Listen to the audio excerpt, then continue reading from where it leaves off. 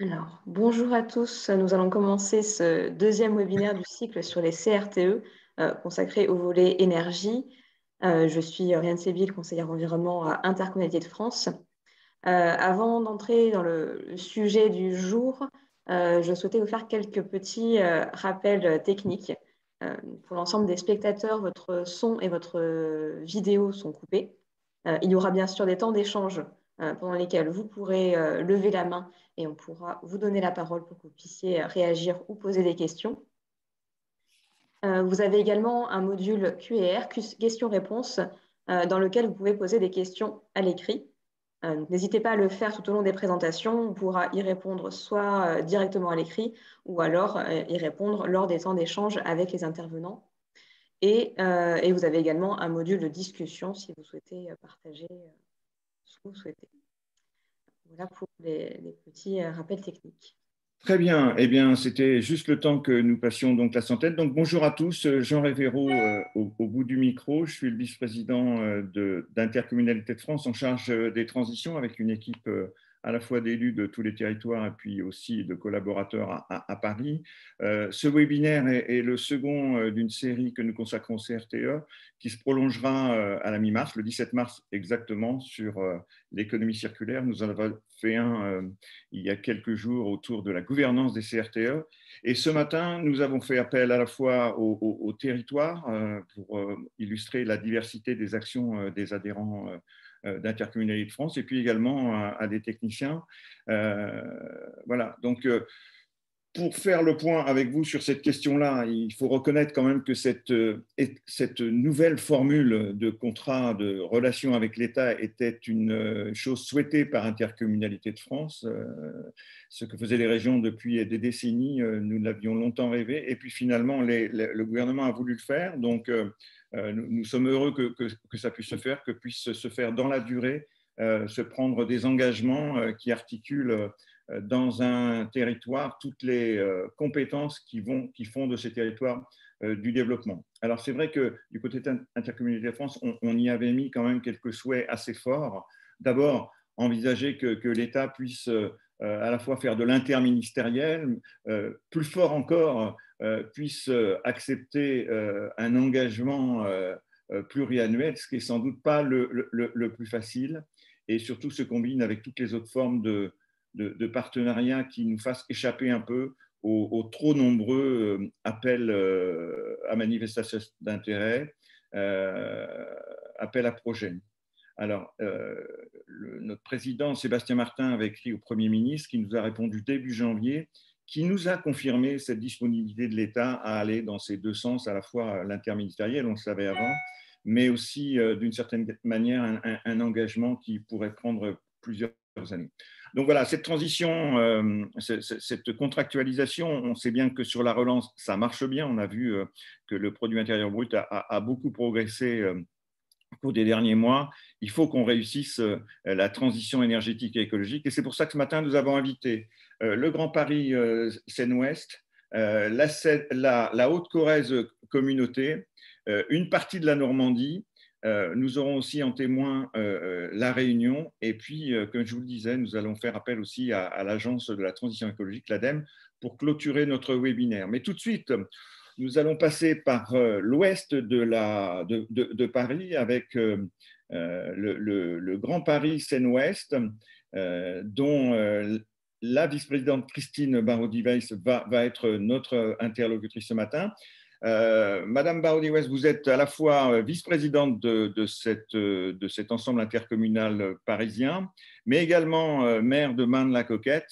Et je crois d'ailleurs que vous terminerez par un exemple de réalisation dans votre propre commune. Mais pour en revenir à votre orientation politique autour de CRTE et de la façon dont vous engagez ça dans votre territoire, vous avez émis un triptyque sensibiliser, accompagner, financier. Vous en êtes où aujourd'hui et où est la plus forte intensité de ce triptyque dans votre territoire? Et merci encore de votre participation. C'est avec grand plaisir. Bonjour à tous. Donc, juste une petite présentation de Grand Paris Seine-Ouest parce que je pense que tout le monde ne connaît pas. Donc, nous sommes à l'ouest, effectivement, de Paris. C'est 8 communes. Donc, nous sommes intercommunalité très diversifiée, puisque dedans, vous avez Boulogne-Billancourt, où vous avez plus de 110 000 habitants, et Marne-la-Coquette, dont je suis le maire, qui a 1800 habitants. Donc nous sommes un petit village dans cette grande intercommunalité, donc qui représente au total plus de 320, presque 323 000 habitants. Donc, on a fait beaucoup de… Vous avez une présentation là qui vous est donnée par Magali Willem, qui m'accompagne et qui est la directrice de l'habitat de Grand Paris Seine-Ouest et qui est à la manœuvre avec moi. Donc, vous voyez ici qu'on avait fait des études dans le cadre du plan climat, air, énergie territoriale pour voir quels étaient les plus forts postes d'émissions de gaz à effet de serre. Vous voyez que ce sont les bâtiments et de loin.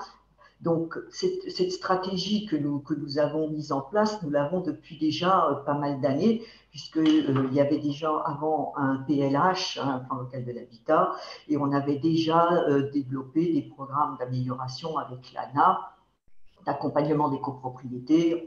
Bon, donc dans le PCAET que nous avons approuvé il y a plus d'1 an, nous avons un objectif global de 17% de consommation d'énergie en moins sur le bâti résidentiel sur une période de 10 ans, entre 2015 et 2025, et 22% sur les émissions de gaz à effet de serre. Dans notre PCAET, dans notre plan climat et énergie territoriale, on a vraiment 6 grands axes, si vous voulez, qu'on a déterminés, parce qu'il fallait bien effectivement essayer de répertorier et de classifier, c'est pas simple. Donc, contribuer localement à la diminution des gaz à effet de serre, un territoire résilient qui veille à la qualité de son cadre de vie, c'est important. Améliorer la qualité de l'air, ça va de soi. Consommer mieux, jeter moins, ça c'est un axe vraiment fondamental. Mobiliser autour d'une dynamique à énergie positive. Et ensuite, axe 6, GPSO, une administration exemplaire. On se doit nous-mêmes de donner l'exemple justement au niveau de l'administration. Donc, on a décidé d'avoir une stratégie vraiment incitative, opérationnelle, sur 3 volets. Sensibiliser, un accompagnement et un financement. Parce qu'on s'est rendu compte que, il fallait bien sensibiliser les gens, ça c'est absolument fondamental. Il fallait les accompagner parce que sinon, on n'arrivait à rien. Et le nerf de la guerre, dans pratiquement toutes les rénovations et surtout dans tout ce qui est copropriété, c'est le financement. Donc, on a une agence de l'énergie et du climat, une ALEC, qui est un grand partenaire de GPSO, avec lequel, évidemment, nous travaillons. Donc, cette ALEC a des rendez-vous, des permanences tous les mois dans chaque mairie, chaque interco, de toute l'interco. Nous avons des permanences où les citoyens peuvent venir présenter leurs projets. Donc, c'est des avis qui sont complètement désintéressés, c'est gratuit, donc ça met en confiance, effectivement, et on sensibilise également, on fait des balades thermiques, on fait chaque année ou tous les 2 ans un grand forum de la rénovation énergétique, on fait des expositions, des visites de chantier. Et donc, ces conseillers sont vraiment fondamentaux parce que c'est vraiment eux qui sont le démarrage en fin de point de départ. Et ce qui nous a paru vraiment fondamental, c'était de simplifier, vraiment simplifier la vie des habitants pour qu'ils passent à l'acte. Parce que très franchement, actuellement, quand vous regardez tous les aides, tout ce qui est mis en place, franchement, pour s'y retrouver, c'est absolument un maquis pas possible. Donc nous, on a décidé de mettre un guichet unique pour faciliter le parcours de tous nos habitants. C'est-à-dire qu'ils appellent sur un numéro. Ils peuvent remplir avant en ligne ou pas un petit questionnaire pour dire vous êtes propriétaire, locataire, maison, habitat, enfin copropriété. C'est très très simple. Et ensuite, ils sont recontactés en fonction de leurs besoins, de ce qu'ils ont indiqué. Ils sont recontactés et on les suit pour leur dire voilà, vous pouvez obtenir telle aide. Après, on les accompagne. Enfin, vous voyez, c'est vraiment pour centraliser les demandes, articuler les dispositifs existants et orienter les ménages vers le bon interlocuteur en fonction de leurs ressources, du statut d'occupation et l'état d'avancement du projet. Ça nous a paru vraiment fondamental. Madame la Vice-présidente, oui. Si vous permettez, parce que votre challenge est énorme, puisque vous avez choisi comme objectif de rénover 100% des logements d'ici à 2050. Or, dans votre territoire, si on lit bien votre territoire, il y a quand même 63% de ces logements qui ont été construits avant 75, et surtout absolument. De copropriété, puisque c'est presque 8 sur 10. Alors, dites-nous un peu comment vous allez vous y prendre. Le point, effectivement, comment on fait, le programme, si vous voulez, c'est le programme d'intérêt général Opération Habité Qualité, donc couvre l'ensemble des communes. Bon, au départ, on a 2444 logements qu'on veut aider, dont 2270. Donc, c'est vraiment l'accompagnement renforcé et la mobilisation des aides financières, parce que c'est vraiment là où c'est le plus, je dirais, le plus fondamental. Alors aussi, les syndicats de copropriétaires, on travaille beaucoup avec les syndics de copropriété. Ça demande, si vous voulez, une énergie énorme. On est tout à fait conscient. On s'est mis des objectifs très, très élevés. Y arriverons-nous? Je ne serai pas là pour le voir, mais bon, il faut se donner des objectifs, il faut se motiver et il faut vraiment se dire qu'il faut le faire parce qu'on se rend compte effectivement chez nous, comme vous le faites fort justement remarquer, qu'on a énormément de bâtiments qui sont construits avant 1975, donc des vrais passoires énergétiques. Hein. Ça, alors là, on ne peut pas le nier. Donc il faut vraiment faire, de la persuasion auprès des habitants, de l'accompagnement pour trouver les solutions les plus adaptées, les changements de fenêtres, les isolations intérieures, extérieures, enfin bon, les chaudières, enfin tout ce qui peut être mis en place. Et après, effectivement, c'est vraiment après l'accompagnement financier. Parce que si vous pouvez faire tout ce que vous voulez, des très très beaux projets, si les gens n'ont pas les moyens pour les payer derrière, ben, ça ne marche pas. Voilà, ça c'est clairement. Hein. Donc c'est vraiment, on a mis des grosses aides en fait à la rénovation des logements, en plus des aides de l'État, hein, bien entendu. Hein. C'est en plus pour essayer de faire vraiment. Donc si vous voulez, on a par exemple dans les montants prévisionnels que nous avons comme moyens financiers et humains, nous avons prévu d'investir 9,6 millions d'euros sur 5 ans. Donc avec l'ANA, GPSO, ANA et GPSO, si vous voulez. Donc c'est quand même pas neutre comme financement. On essaye quand même de mettre le paquet là-dessus. Actuellement, au bout de 2 ans, on a 26 copropriétés qui sont accompagnées, ça fait 1486 logements. Nous ciblons, alors il y a des très très grosses copropriétés sur notre territoire, hein, de plusieurs centaines d'habitants, d'appartements. Donc c'est vraiment, quand on arrive à faire passer une très grosse copropriété à l'acte, c'est tout de suite un grand nombre d'habitants et tout de suite avec un résultat qui est quand même important. Voilà. Donc on a eu un gain énergétique entre 17 et 59%. Et donc, plus de 4,5 millions d'euros d'aides publiques qui ont été mobilisées. Donc, actuellement, déjà plus d'1 million. Et on a déjà rénové 774 logements. On dirait c'est peu, mais bon, c'est sur l'habitat collectif, c'est très long comme démarche. Hein. C'est vraiment, on est obligé de suivre, et ça, c'est l'Agence locale de l'énergie qui le fait. C'est sur 2-3 ans facilement hein, que les opérations pour arriver au passage à l'acte. Hein. Voilà. Donc, voilà. Donc après, on a donc il y a les études, on a décidé de déterminer un programme d'action, une souplesse du dispositif. On peut faire évoluer les aides en fonction de ce qui nous paraît indispensable. Alors, on a effectivement le levier ma prime Rénov qui est venu en plus, donc ça c'est très très bien, ça permet d'augmenter nos objectifs. On a énormément de campagnes de communication, ça c'est indispensable, notamment les journaux des villes, et puis dans toutes les manifestations que peuvent faire les villes, quand on peut ajouter un volet sous les rénovations énergétiques, on n'hésite pas. Hein, voilà, et puis naturellement tout ce qui est outils numériques, puisque maintenant il y a cet outil-là qui marche très très bien. Et puis comme on a avec aussi le coach copro dont nous faisons partie, qui permet aussi aux copropriétés de suivre, de voir les résultats d'autres copropriétés, c'est aussi très très très très intéressant ce volet. Hein. Donc ça, on a des difficultés. Alors, celle qu'on a rencontrée, évidemment, la crise sanitaire de 2020, ça, c'est pas une surprise pour personne. Grosse difficulté à mobiliser les propriétaires bailleurs, enfin, voilà, ça c'est compliqué. Difficulté des copropriétés dans certains cas, hein, parce que voilà, c'est compliqué à mettre en place. Les restes à charge importants pour les plus modestes, que je vous disais tout à l'heure. Hein, donc, ça, c'est vraiment, vraiment, vraiment nous, on voit dans les copropriétés, le volet financier, c'est vraiment là où on a la difficulté la plus importante. Voilà. Alors, on a aussi évidemment des aides pour l'habitat individuel. C'est beaucoup plus simple pour les maisons. Moi, je vois sur ma commune, si vous voulez, où j'ai moi, par contre, 65% d'habitat pavillonnaire. Donc là, évidemment, les gens passent beaucoup plus facilement à l'acte parce que ce sont des maisons, parce qu'ils voient rapidement le bénéfice qu'ils peuvent en tirer. Bon, donc ça, c'est plus simple.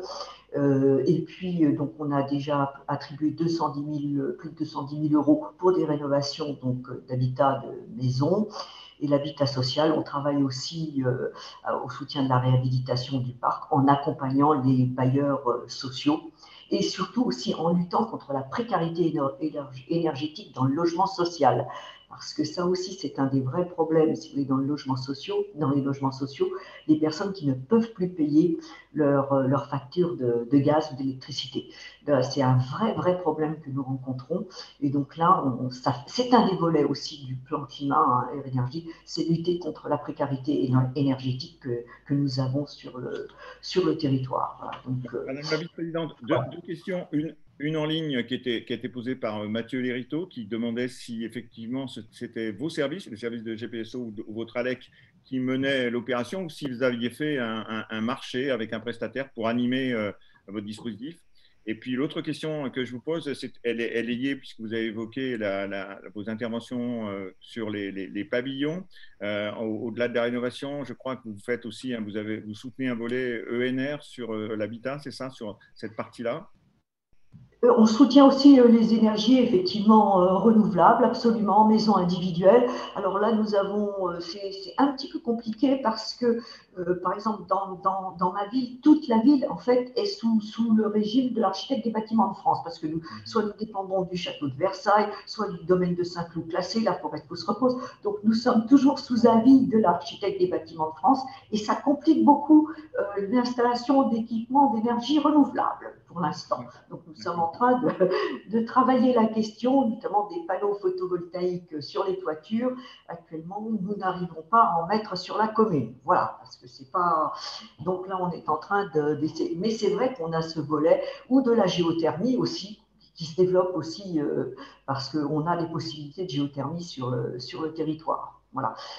Pour ce qui est donc le plan climat et énergie territoriale, il est piloté par l'Agence locale de l'énergie avec GPSO et tout ce qui est communication, on fait appel à un prestataire pour les déterminer, pour faire toute la communication. Mais sinon, le volet, les prises de rendez-vous, c'est notre Agence locale de l'énergie qui est en charge. Très bien. Alors, une autre question. À moins que Magali, vous vouliez rajouter quelque chose, peut-être Magali? Juste évidemment pour le programme d'intérêt général, c'est un opérateur agréé par l'ANA, c'est Urbanis en l'occurrence, et donc c'est la passation d'un marché pour tout ce qui est l'accompagnement des copropriétés et la mobilisation des aides, c'est fait par un prestataire en lien avec la direction de l'habitat de GPSO. D'accord. Puisque vous êtes en ligne toutes les deux, vous pourrez peut-être répondre aux questions d'un spectateur qui se présente comme anonyme et qui nous demande un peu qu'est-ce que vous avez pour faire face aux comportements de syndics qui sont défaillants. Et puis surtout, le point crucial sans doute, quel dispositif de tiers-financement vous pensez, vous mettez en œuvre, notamment pour les restes à charge des plus précaires?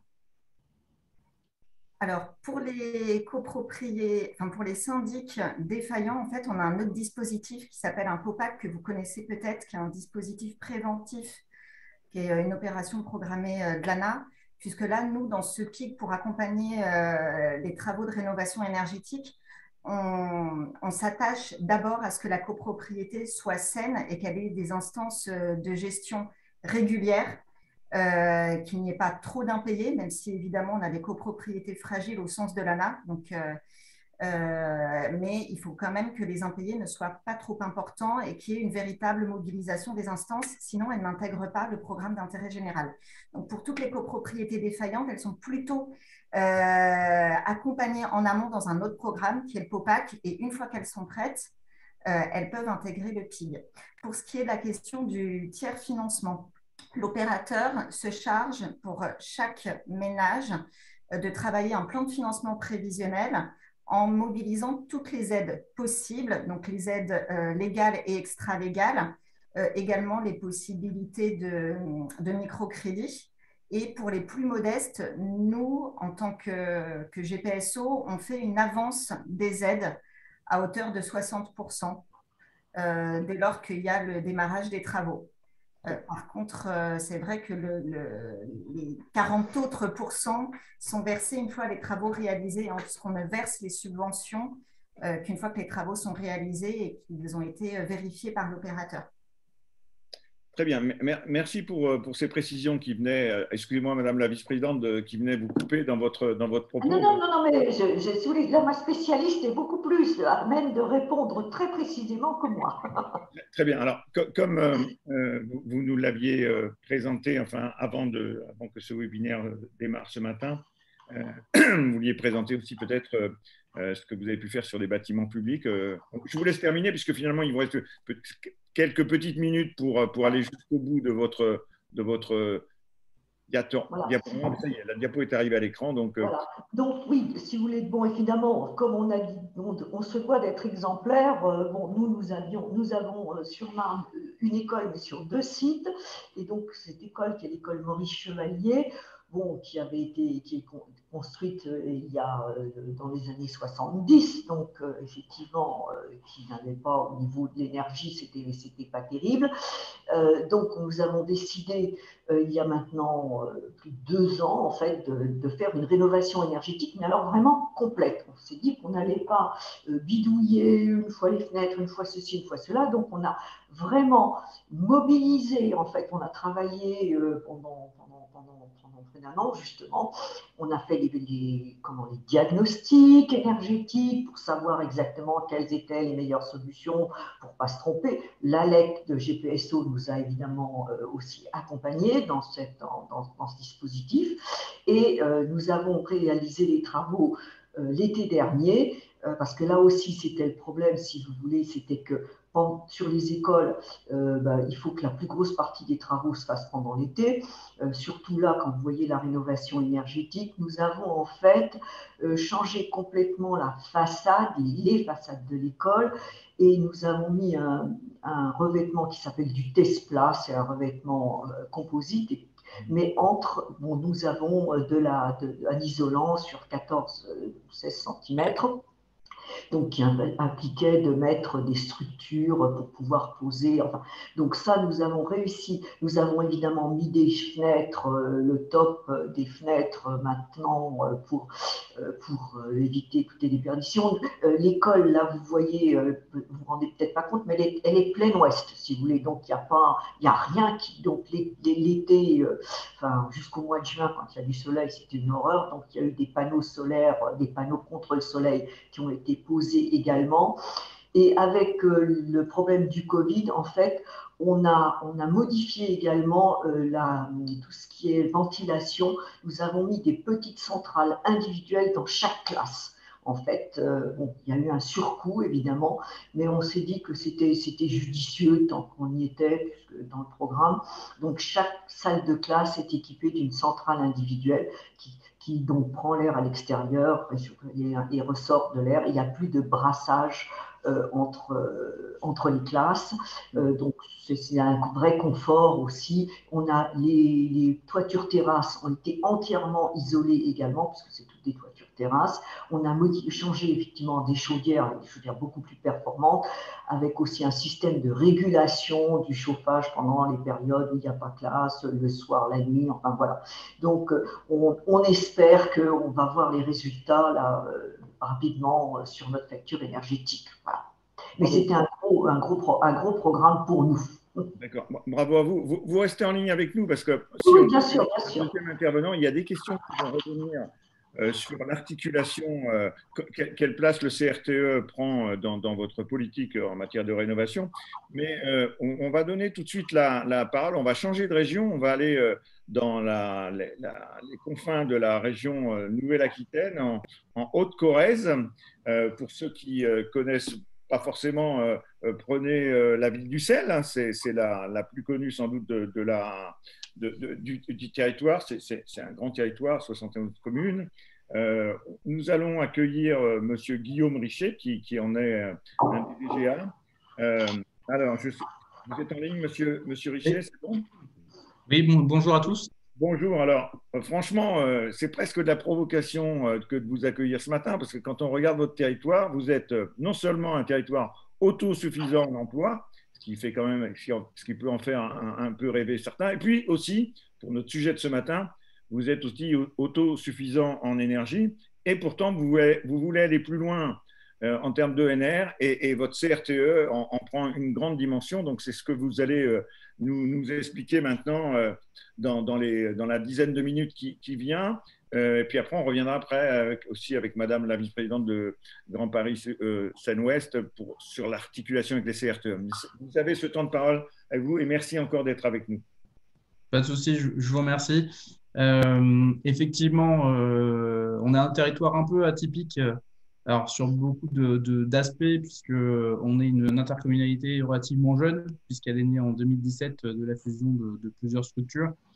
On est 71 communes pour 34 000 habitants, donc un territoire très, très vaste et peu dense, avec des problématiques, comme vous le disiez, qui sont variées et avec un contexte très particulier, c'est-à-dire qu'effectivement, on est sur du plein emploi. On est à moins de 4% de taux de chômage. On a quelques pôles de centralité particuliers comme Ussel, vous le citiez, mais aussi Mémac, Bort-les-Orgues avec ses structures hydroélectriques. Donc vraiment un territoire qui a beaucoup d'atouts, mais qui a aussi certaines fragilités qui font qu'il nous faut être intelligent. Et que le CRTE, justement, c'est un outil qu'on utilise pour être le plus intelligent possible sur des thématiques qui sont celles de notre territoire. Et comme je vais vous l'expliquer, qui sont celles qui ont pu fédérer les différentes communes de Corrèze Communauté autour d'ambitions et de défis communs.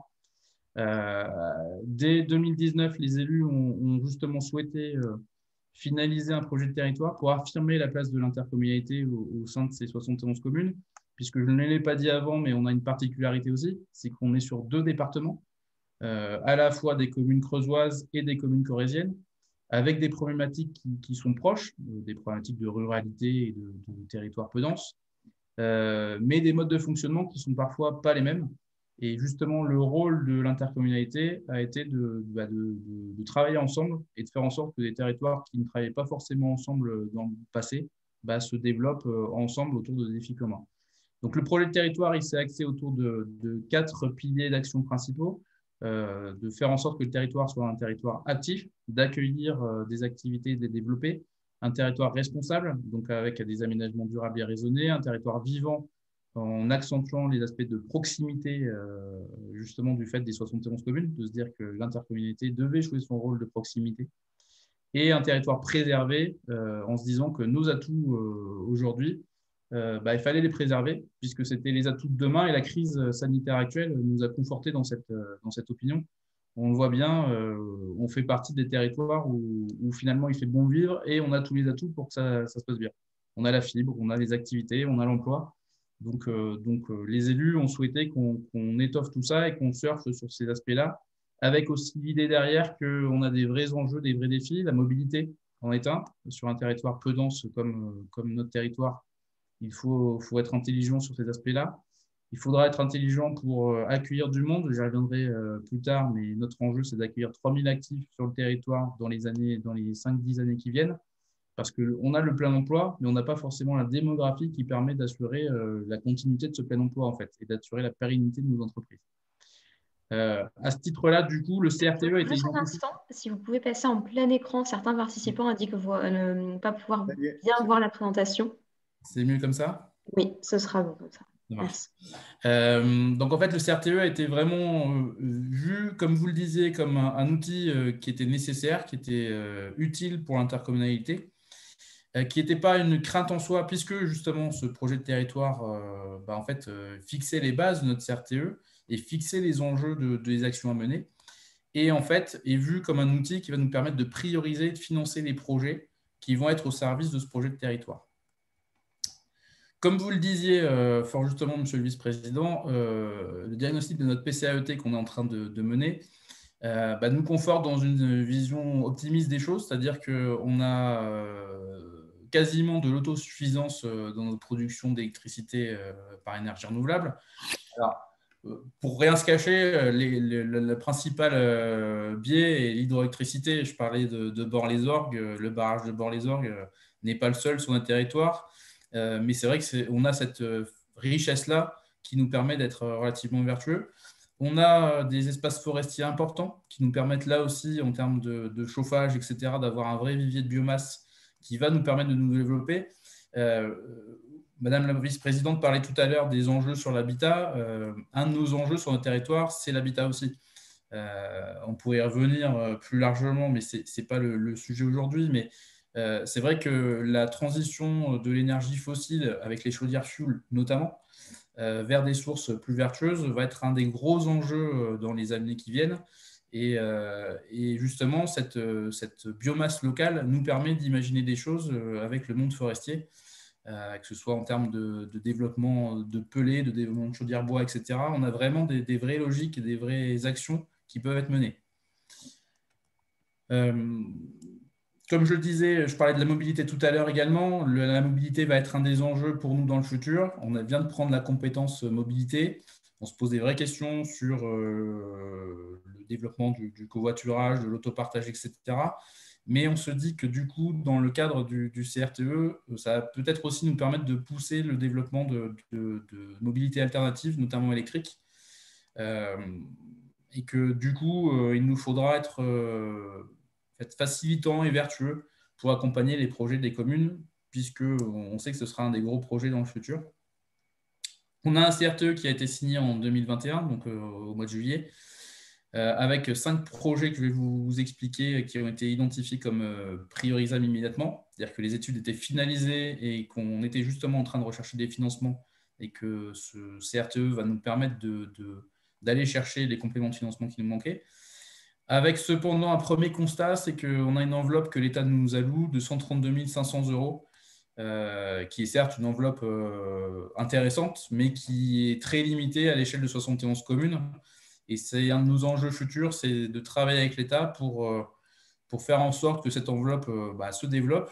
Donc, l'État nous a envoyé quelques signes positifs et on pense que l'enveloppe devrait être doublée cette année. Mais ce sera un de nos enjeux, c'est-à-dire d'être intelligent, parce qu'on sait que sur l'échelle des 71 communes, on n'aura jamais assez de possibilités d'accompagnement financier. Donc, on est en train de réfléchir sur d'autres types d'accompagnement, mais j'y viendrai par la suite. Si on peut rappeler quand même, comme vous êtes 33 000 habitants, ça fait grosso modo une aide de 4 € par habitant. Hein. C'est ça. Donc, c'est là où il y a pu y avoir le débat à Clermont-Ferrand, notamment lors du congrès de la DCF, d'Intercommunalité de France. C'est vrai que du coup, les moyens mis en face de ce CRTE ne sont pas toujours à la hauteur de ce que nous, on souhaiterait en termes de politique locale d'accompagnement. Mais je dirais qu'on est plutôt, nous, dans une dynamique assez je dirais, partenariale avec l'État pour notre territoire, et qu'on ne va néanmoins pas se plaindre, même si l'enveloppe est très réduite, parce qu'on a un sous-préfet qui est plutôt à vouloir nous accompagner et être facilitant. Donc certes, c'est insuffisant, mais il va nous falloir être intelligent pour sortir nos projets. Dans les 5 premiers projets du CRTE de 2021, vous voyez, on est sur des projets qui sont sur les diverses questions que je vous expliquais sur notre projet de territoire, à la fois de la mobilité, à la fois du bâtiment et de l'habitat, à la fois du tourisme et du loisir et du sport avec notre éco-golf, et d'être intelligent sur nos constructions. On a à l'heure actuelle 3 projets qui sont vraiment sur une thématique de production d'énergie renouvelable. L'éco-golf de Neuvik qui, dans son extension, prévoit la construction d'un local autosuffisant. Donc là aussi, on réfléchit sur le développement de panneaux solaires. Les véhicules électriques qu'on souhaite acquérir vont s'appuyer sur les bornes de recharge qu'on vient d'installer et qui sont alimentés exclusivement par les ombrières qu'on a installées sur le parking du siège de Haute-Corrèze Communauté, par exemple. Et notre local technique qu'on est en train de finaliser en termes d'études prévoit là aussi d'être autosuffisant, c'est-à-dire la mise en place de panneaux solaires en toiture qui permettront d'alimenter la totalité des installations qui seront installées dans ce bâtiment. Donc l'idée, comme vous le disiez, c'est vraiment de se dire qu'en fait, on est sur un territoire qui a déjà beaucoup d'atouts, on en est bien conscient, mais il nous faut rester sur cette dynamique parce que des atouts de maintenant peuvent être des faiblesses de demain si on ne les consolide pas et si on ne perdure pas sur cette dynamique. On a identifié quand même néanmoins des vrais freins que ne peuvent pas lever le CRTE sur la production d'énergie renouvelable, des vrais freins réglementaires. Bon, là, tous les intervenants et l'auditoire d'aujourd'hui le savent. Quand on parle par exemple de panneaux photovoltaïques, tout de suite on peut se heurter sur des contraintes d'aménagement, d'urbanisme dans des périmètres classés comme MEMA, QCL ou d'autres territoires qu'on a chez nous en classement Natura 2000, etc. Le développement de photovoltaïque n'est pas toujours facile à mettre en œuvre. Et l'État qui pousse à ce qu'on développe tout ça, en fait, nous est les premiers à constater que les outils réglementaires ne sont pas toujours très adaptés. On a des limites techniques et c'est là pour le coup peut-être le vrai frein par rapport à notre situation. C'est que certes, on est déjà très vertueux sur la production d'énergie renouvelable, mais la capacité des postes sources de RTE ne permettent pas de se développer autant qu'on le voudrait.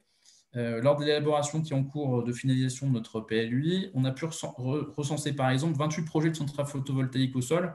Alors pour plein de raisons, notamment le développement de l'agri-photovoltaïsme, le fait qu'on a des terrains qui sont en friche et qui peuvent se prêter parfaitement à ce type de production électrique. Mais on sait aujourd'hui que ces projets ne pourront pas aboutir. Aujourd'hui, notre potentiel identifié il est de près de 600 MW. La capacité de raccordement elle est de 80 MW. Donc déjà, on voit là qu'il y a un vrai frein concret. Alors, l'État pousse pour que RTE développe des postes sources. Par contre, on est sur des échelles de temps qui sont de l'ordre de 10 à 15 ans. Donc là, on voit que tout de suite, entre les bonnes intentions de tous les acteurs du territoire, que ce soit l'État, les collectivités locales et même certains porteurs de projets qui poussent à ce qu'on développe tout ça, on se retrouve là à un frein insurmontable. Et le CRTE, certes, va être un outil pour nous, mais il ne va pas permettre de lever ces freins. Et c'est pour ça que je vous parlais essentiellement d'autosuffisance, parce que du coup, notre idée, c'est de se dire, pour diminuer la production d'énergie, l'utilisation d'énergie fossile, ou d'être plus vertueux dans nos modes d'utilisation de l'électricité, par exemple, il nous faut être autosuffisant principalement, c'est-à-dire de se dire que ce qu'on construit aujourd'hui, on ne va pas utiliser ce que le réseau va produire, on va plutôt utiliser ce que notre bâtiment lui-même va produire ou ne pas consommer. Je vous le disais également, l'enveloppe CRTE ne permet pas de financer tous nos projets. Aujourd'hui, on a beaucoup de communes de Haute-Corrèze Communauté qui tapent à la porte avec des projets divers et variés. Hein. Je pense à des cantines, je pense à des bâtiments techniques, plein de projets qui aujourd'hui ne peuvent pas rentrer dans l'enveloppe qu'on identifie. Notre idée, du coup, elle est de se dire il faut qu'on soit intelligent. Il y a des sous à aller chercher. On le voit bien avec les projets Petites Villes de demain, par exemple. On a 2 périmètres de territoire Petites Villes de demain qui rentrent du coup dans notre CRTE. On va être plutôt du coup sur de l'accompagnement d'ingénierie, d'accompagner des toutes petites communes, parce que je ne l'ai pas dit, mais territoire rural, ça veut dire qu'on a des communes membres qui sont de 60 habitants à 10 000 pour Ussel, mais on est sur cette typologie de 60 à 500 habitants pour la très grande majorité de nos communes. Donc sans ingénierie, sans capacité à faire de la veille des appels à projets, où on voit qu'il n'y a pas d'appel à projet qui sortent en ce moment. Donc on va être sur cet accompagnement de se dire notre accompagnement, il ne doit pas être que financier, il doit être aussi en termes d'ingénierie. Il doit aussi, par rapport à ce que je vous disais, être cohérent en termes d'accompagnement, c'est-à-dire que plein de projets, certes, mais il faut qu'ils rentrent dans le cadre du CRTE et de notre projet de territoire. Donc là, on est en train de travailler, pour être très clair, sur la base de la norme ISO 37101, qui permet d'identifier un certain nombre de critérisation d'avancement de projet et qu'on va adapter au regard des enjeux de notre projet de territoire. C'est-à-dire que je vous parlais des 4 piliers et des 6 ambitions qu'on avait pour notre territoire. Ça va faire partie, en fait, de nos modes d'évaluation et de nos modes de critérisation, de priorisation de nos projets, pour se dire qu'un projet, s'il rentre dans notre logique de territoire, de fait, il rentrera dans la logique du CRTE, puisqu'on s'est appuyé sur notre projet de territoire pour développer notre CRTE. Et donc, de facto, il sera vertueux pour tous les acteurs du territoire.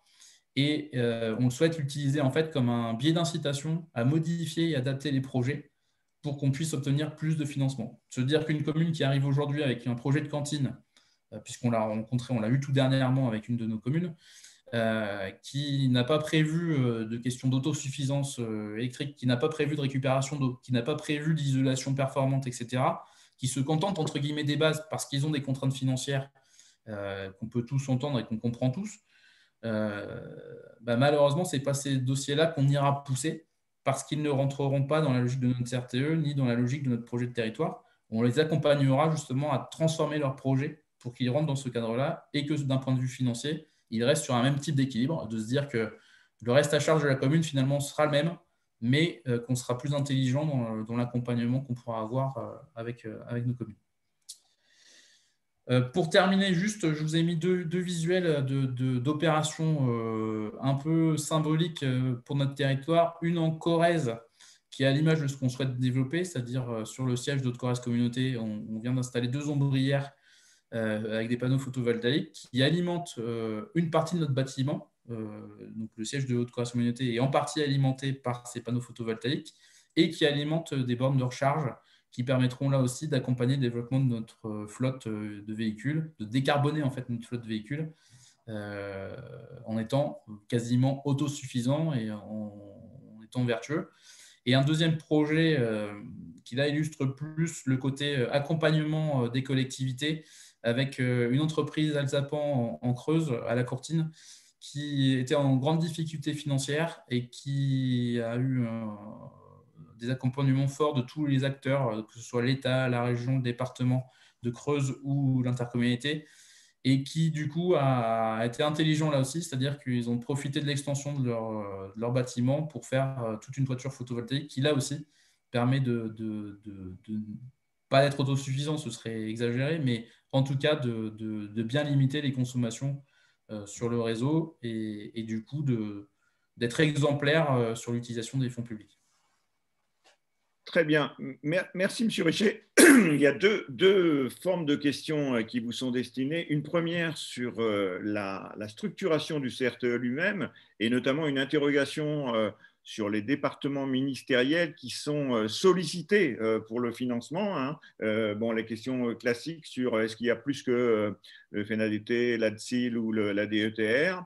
Ça, c'est une première question. Et puis une deuxième autour de cette production électrique là, qui bute sur un réseau qui n'est pas disposé à cela. Alors, une question sur le schéma régional de la distribution, du transport d'électricité. Puis une autre question qui peut aller avec, c'est sur le partenariat avec, que ce soit dans le département de la Creuse ou dans celui de la Corrèze, avec un éventuel, s'il existe, syndicat d'électrification. Donc, première question donc, sur la structure du CRTE, deuxième sur la production et la distribution électrique.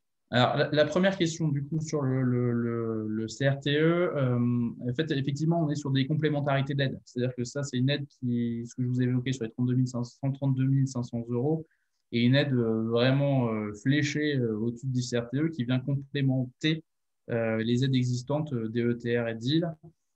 Tout l'enjeu en fait, des discussions que nous menons avec l'État est de s'assurer qu'on n'a pas un effet de dégonflement entre cette enveloppe complémentaire et les enveloppes DETR qui sont notamment fléchées à côté. Et ça va faire partie des enjeux de gouvernance qu'on va discuter avec l'État, pour être clair, dans les toutes prochaines semaines, puisqu'on sait que sur les territoires, on voit tous que le risque il pourrait être là, que l'enveloppe allouée au CRTE vienne dégonfler les autres enveloppes. Et comme je vous le disais, nous, on travaille sur vraiment une volonté d'équité auprès des territoires et que sur l'échelle de 71 communes, ça pourrait être du coup très compliqué pour sortir des projets si l'État venait dégonfler les différentes enveloppes. Sur la question des raccordements électriques, Effectivement, on travaille avec des syndicats d'énergie sur notre territoire. On a historiquement le syndicat de la Diège qui a été créé par Henri Queuille après la guerre, qui est très implanté et qui a plutôt une force de frappe assez forte sur le développement de l'accompagnement de tous les projets électriques, etc. Ça fait partie des échanges qu'on a au quotidien avec eux sur ces postes sources. Ils travaillent, eux, avec RTE, avec Enedis au quotidien pour trouver des solutions, mais on sait qu'en fait, les solutions, elles n'existent pas vraiment. En fait, parce que l'État considère, et c'est l'État et c'est RTE, que tant que les postes sources actuels ne sont pas complètement occupés, ils ne mettront pas en production la création de nouveaux postes sources. Et on se retrouve là dans une vraie confrontation entre ce que je vous disais, la temporalité de développement de certains projets, avec l'État qui incite à développer du photovoltaïque, de l'éolien, etc. Et le fait que, on sait que les projets 80 mégawatts, c'est peut-être 5-6 projets, que ces 5-6 projets, ils sont déjà dans les tuyaux, et que malheureusement, le jour où ces projets aboutiront et où on se branchera effectivement dans les postes sources, il sera trop tard pour enquiller de nouveaux postes sources. Donc là, ça fait partie des discussions qu'on a beaucoup avec le syndicat de la Diège et qui les appuient, eux, au quotidien avec Enedis et RTE en disant n'attendons pas le dernier moment. Donc ça fait partie des discussions, pour être clair. Je n'ai pas une réponse ferme à apporter, mais on est dans cette logique de partenariat de avançons d'un côté de nous techniquement avec les territoires et le syndicat de la Diège fait son travail complémentaire on va dire de piqûre de rappel à l'État que c'est bien de pousser des projets, mais il nous faut la capacité à les mener jusqu'au bout. D'accord. Alors, la question, encore, je vais la reformuler, mais elle vaut aussi pour Grand Paris Seine-Ouest autour de l'association des partenaires au CRTE. Alors, pour vous, c'était effectivement la place que pouvaient prendre les syndicats d'électrification au moment de la signature ou dans l'association du pilotage du CRTE. Pour Grand Paris Seine-Ouest, c'était plutôt avec la dynamique habitat. C'est une question aussi qui vous était posée dans le fil de questions. C'était comment le CRTE était articulé avec la dynamique habitat sur Grand Paris Seine-Ouest. Comment vous faites la part des choses Si vous voulez, en fait, nous, le CRTE, en fait, ça n'a rien changé pour nous, si vous voulez. En fait, on a contractualisé sur des choses qu'on faisait déjà. Voilà. Donc, en fait, on a mis un cadre autour de ce qu'on fait.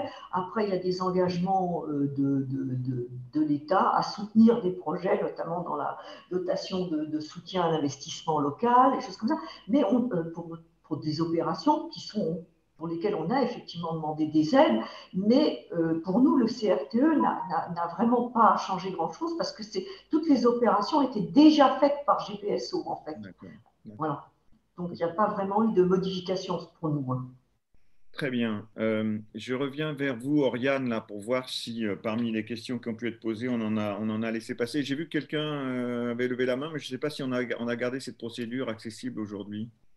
Oui, on a une main levée, donc je vais autoriser à parler normalement. Madame Antoine Bander. Vous pouvez ouvrir votre micro. Est-ce que vous êtes toujours en ligne, Madame Antoine? Je suis en ligne et je suis désolée, c'est une erreur de ma part, je n'avais pas levé la main. D'accord, et vous n'avez pas une question? Et tout à l'heure, la question anonyme était de ma part, mais apparemment, mon nom ne s'affichait pas. Donc, désolée pour l'anonymat, et cette fois-ci, par contre, je n'avais pas de question particulière. D'accord, très bien. Alors, il en est resté une quand même dans le fil des questionnements qui revient encore vers Grand Paris Seine-Ouest. Là. Je m'en rappelle plus qui l'a posée, mais elle était liée au personnel qui suit ça sur le terrain. Et notamment, la question, c'était quelles sont les personnes qui répondent aux administrés dans les mairies sur le dispositif que vous avez mis en œuvre. Alors, nous, l'Agence locale de l'énergie, mais tous les mois, il y a une permanence, au moins une fois par mois, par des conseillers info énergie de l'Agence locale de l'énergie qui se déplacent dans chaque mairie des 8 villes, une fois par mois, sur rendez-vous, et ils reçoivent toutes les personnes qui ont des projets.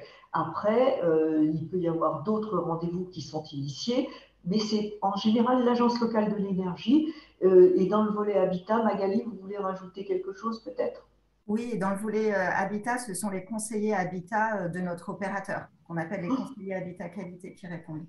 Très bien. Écoutez, moi je voulais vous féliciter, puis aussi une petite curiosité sur le fait que vous ayez été, Madame la vice-présidente, que Grand Parisien Ouest ait été lauréat du Trophée des communes de l'AMF Île-de-France dans la catégorie intercommunalité. C'était lié à quel aspect de vos politiques? En fait, la politique environnementale, tout ce que l'on fait, parce que avec notre plan climat et énergie, parce qu'en fait, on a aussi le plan vélo, enfin, on a des subventions aussi pour les récupérateurs d'eau, enfin, on essaie de faire pas mal de choses, le tri des déchets, des biodéchets qu'on a déjà mis depuis 2 ans en expérimentation sur le territoire. Enfin, donc, c'était beaucoup pour notre politique environnementale. Voilà. Très bien. Bah, écoutez, félicitations encore. Je vais en profiter d'ailleurs pour faire le lien plus global, effectivement, avec ces politiques, entre guillemets, qu'on appelle depuis un certain temps développement durable ou transition, notamment parce que nous devons avoir en ligne avec nous Monsieur Ali Karimi à La Réunion. Est-ce que vous êtes là? Est-ce que vous nous entendez? Alors, Monsieur Karimi, si vous avez... Si vous... Oui, je vous entends. Ah, Vous tant m'entendez? mieux, vous êtes là, ça nous fait plaisir d'avoir. Donc, je vous présente rapidement, vous êtes le DGS du territoire de la côte ouest et votre responsabilité, c'est notamment autour de cet aspect-là. Alors d'abord, deux mots sur votre territoire et sur ses politiques et ses ambitions, puis aussi peut-être en réaction aussi à ce que vous avez entendu, des commentaires ou des questionnements. Oui, tout à fait. Alors, d'abord, une petite précision, je ne suis pas DGS. En fait, je suis chargé de mission auprès du DGS sur la question du CRTE. Donc voilà, c'est quand même, voilà, je n'ai pas encore le costume de DGS. Effectivement, alors c'est très intéressant ce que j'entends parce que je constate que nous n'avons pas tout à fait entre guillemets, le même contexte. On a les mêmes préoccupations, mais c'est pas le même contexte parce qu'on est quand même sur une île. Quelques exemples. Donc, nous, effectivement, la question de la rénovation des bâtiments, c'est quelque chose qui est différent pour nous, puisque nous, on ne souffre pas du froid. Donc, voilà, c'est-à-dire, on a plutôt, même parfois, il fait trop chaud. Donc, on réfléchit beaucoup plus sur quelque chose autour des constructions bioclimatiques qui permettent effectivement aux bâtiments d'être aérés, etc. Donc, ça, c'est plutôt un peu la réflexion sur laquelle nous travaillons sur la partie bâtiment. Après, l'autre gros sujet, c'est sur la partie énergétique, puisque sur une île, nous n'avons pas de centrale nucléaire, donc je dirais l'ensemble de nos énergies sont à base d'énergie fossile, principalement, puis un petit peu d'énergie renouvelable. Par exemple, à La Réunion, à peu près, donc on a 87% d'énergie qui est à partir du fossile, et puis à peu près 13% d'énergie renouvelable. Donc l'enjeu finalement pour tous les EPCI, parce qu'il faut savoir qu'il y a 5 établissements publics de coopération intercommunale au niveau de l'île. Donc, c'est vraiment de réfléchir à développer d'autres énergies et surtout les énergies renouvelables. Alors, s'agissant de notre territoire, en fait, nous, on travaille beaucoup sur le photovoltaïque. Donc, en ce moment, par exemple, on est en train de réaliser une centrale solaire de 4 mégawatts. En fait, on a utilisé un ancien dépotoir, pour dire simplement, et on l'a valorisé, du coup, en installant des panneaux solaires. Et donc, c'est une ferme photovoltaïque. Donc, c'est par exemple des exemples comme ça qu'on développe. Il faut savoir quasiment aussi, au niveau de notre territoire, la plupart des logements individuels, même collectifs, sont équipés d'eau chaude solaire. Donc, ce sont des panneaux au-dessus des maisons. Donc, quasiment chaque maison est quasiment maintenant aujourd'hui. Donc, le taux d'équipement, il est très important. Je pense qu'il va avoisiner facilement les 90%. Autre expérience intéressante sur notre territoire, mais là, c'est regroupé avec d'autres EPCI du sud de l'île. Et en fait, il y a un syndicat mixte qui existe, qui était chargé de la partie traitement des déchets. Et il y a aujourd'hui un gros projet qui est quasiment en phase opérationnelle, qui vise finalement à valoriser une partie des déchets, puisqu'il y a bien sûr tout le processus en amont de valorisation, de tri, de recyclage. Puis après, il reste toujours les déchets résiduels où, jusqu'à présent, n'avait pas d'autre alternative que de les enfuir. Et donc aujourd'hui, ce projet-là, il a pour objectif de valoriser ces déchets restants à travers également une centrale, hein, une centrale photovoltaïque, enfin énergétique plutôt, de 17 mégawatts. Donc voilà, donc c'est quelque chose de très, très important. Nous, notre préoccupation aussi, il faut absolument décarboner, c'est ce qu'on retrouve à travers notre CRTE. Une petite précision, il faut savoir que nous, on travaille actuellement sur le plan climat, air, énergie du territoire, et en fait, on le considère comme étant le volet énergie de notre CRTE. Donc, c'est vraiment quelque chose qui est vraiment ancré là-dedans, c'est un fil conducteur, on veut lui donner vraiment beaucoup d'importance et beaucoup de puissance à l'échelle du CRTE, donc c'est quelque chose qui est très important. Et à travers si vous voulez, donc c'est notre préoccupation que je voulais dire, c'est que nous, on importe beaucoup de produits. À La Réunion, c'est normal, enfin, les îles en général. Hein, et donc, il y a aussi un gros travail dans le cadre du CRTE pour pouvoir, entre guillemets, développer une économie locale, une agriculture locale également, pour permettre effectivement à la fois de créer de l'emploi, de valoriser des espaces agricoles, mais également d'éviter les importations et donc de baisser on va dire, l'émission de gaz carbonique. Donc voilà, beaucoup de choses, beaucoup de précarité au niveau de l'île de La Réunion, bon, parce qu'il y a quand même un taux de pauvreté et de précarité qui est très important. Donc les pouvoirs publics sont amenés aussi à accompagner les familles. Bon, ce que vous connaissez aussi un petit peu, je pense, au niveau national, parce qu'il y a des gens qui ont du mal à payer leurs factures énergétiques. Bon, et ce phénomène-là, il est encore beaucoup plus accentué à La Réunion, puisque une partie de la population est beaucoup plus pauvre. Voilà. Donc, c'est beaucoup de défis, beaucoup d'enjeux. La mobilité aussi, je l'ai oublié, mais c'est un enjeu majeur. Donc, nous, sur notre territoire, on est en train de développer, donc, on a ce qu'on appelle un plan vélo. Alors, il faut savoir que La Réunion, il y a beaucoup de pentes. Hein, donc, jusqu'à présent, c'était un peu compliqué lorsqu'il n'y avait pas de vélo électrique. Mais maintenant, comme on commence à avoir des vélos électriques qui se démocratisent au niveau prix, donc c'est quelque chose voilà. Donc il y a un plan vélo qu'on développe au niveau de l'île, très très intéressant. On l'accompagne au niveau financièrement, au niveau du TCO par exemple. On a acheté des vélos électriques qu'on a mis à disposition des habitants pour pouvoir se déplacer. Hein. Et donc voilà. Donc la mobilité c'est un vrai enjeu.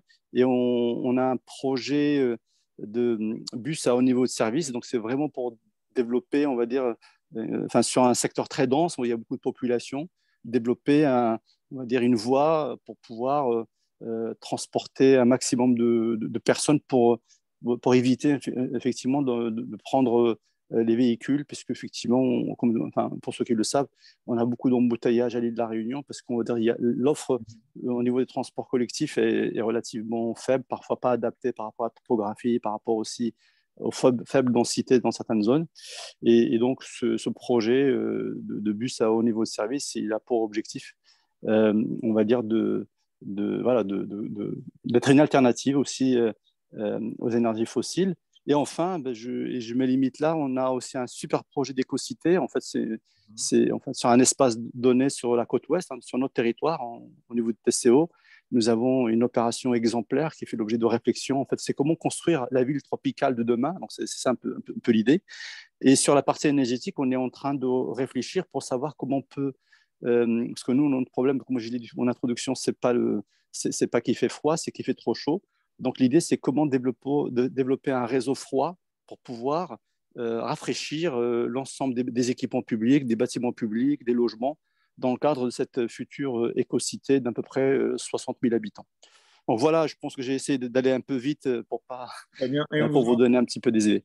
On vous en remercie.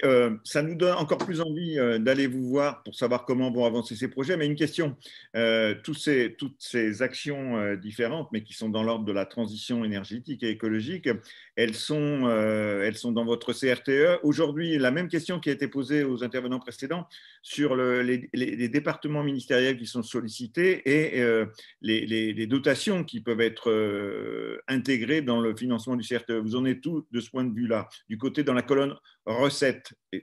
Que fait l'État? Et dernière question aussi qui va avec, votre CRTE, il est lié simplement au territoire de la côte ouest ou il est plus global avec les 4 autres PCI? En fait, chaque EPCI a son propre CRTE. Très bien. Alors, ce que je n'ai pas dit tout à l'heure, en fait, c'est que nous, en 2018, on s'était engagé déjà dans un CTE. Donc, CRTE, ce n'est pas une nouveauté pour nous. Donc, on avait déjà un CTE qui avait été signé avec les partenaires, avec l'État, avec la région, le département. Et aujourd'hui, on est en train de finaliser le nouveau CRTE, si vous voulez, tel que je viens sur les axes que je viens de présenter. On n'a pas encore tout à fait figé les financements. Je ne peux pas trop vous répondre là-dessus. Très bien. Mais on vous remercie quand même de ce témoignage. On reviendra sans doute en conclusion de cette matinée sur effectivement comment l'État va s'y prendre pour financer tous les projets et surtout quelles vont être les enveloppes.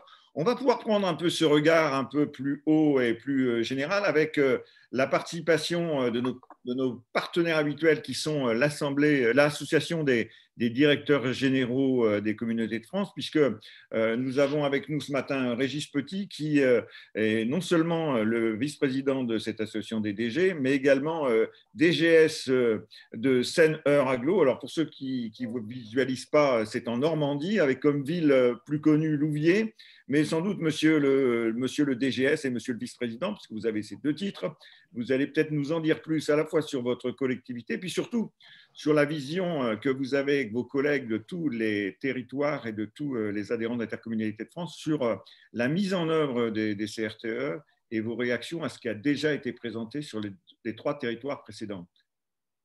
Merci, monsieur le vice-président. Alors, effectivement, je suis Régis Petit, je suis le directeur général des services de l'Agglo Seine-Eure. Alors, Seine-Eure, c'est en Normandie, dans le département de l'Eure. C'est au bord de l'autoroute A13. Pour ceux qui vont à Deauville, vous passez inévitablement devant. Et c'est à 30 km au sud de Rouen et à 100 km de Paris. Donc, on est vraiment aux franges de l'Île-de-France. On n'est pas loin de Marne-la-Coquette. Donc, finalement, on est presque voisins avec Madame la vice-présidente. Donc, très rapidement, les particularités du territoire Seine-Eure, c'est donc effectivement un territoire de 60 communes, une agglo de 60 communes et un peu plus de 100 000 habitants. La ville-centre Louviers est en relatif une ville assez petite par rapport à la taille de l'agglo, puisque Louviers, c'est à peine 20 000 habitants. Et donc, notre particularité à nous, c'est qu'on est vraiment un territoire très industriel, puisqu'on a vraiment un tissu industriel fort avec des entreprises essentiellement dans le domaine de la pharmacie, du luxe, donc des entreprises pharmaceutiques comme Sanofi, comme J&J, comme Aptar, Hermès pour le luxe. Voilà. Donc, on a vraiment un tissu industriel extrêmement important et plus de la moitié de nos emplois, nous, sont dans la sphère industrielle, ce qui est quand même quelque chose d'assez atypique actuellement en France, donc c'est à souligner.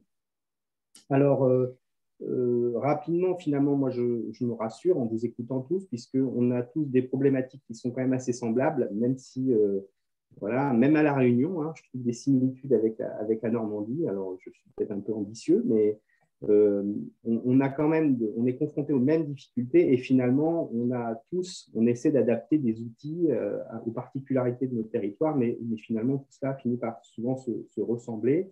Donc, sur le territoire Seine-Eure, on a aussi, nous, beaucoup de documents cadres, hein, un projet de territoire, on a contractualisé un contrat d'agglomération avec la région, le département, on a un PCAET, on est engagé dans des démarches telles que Cybergie, l'ISO 50001, enfin bref.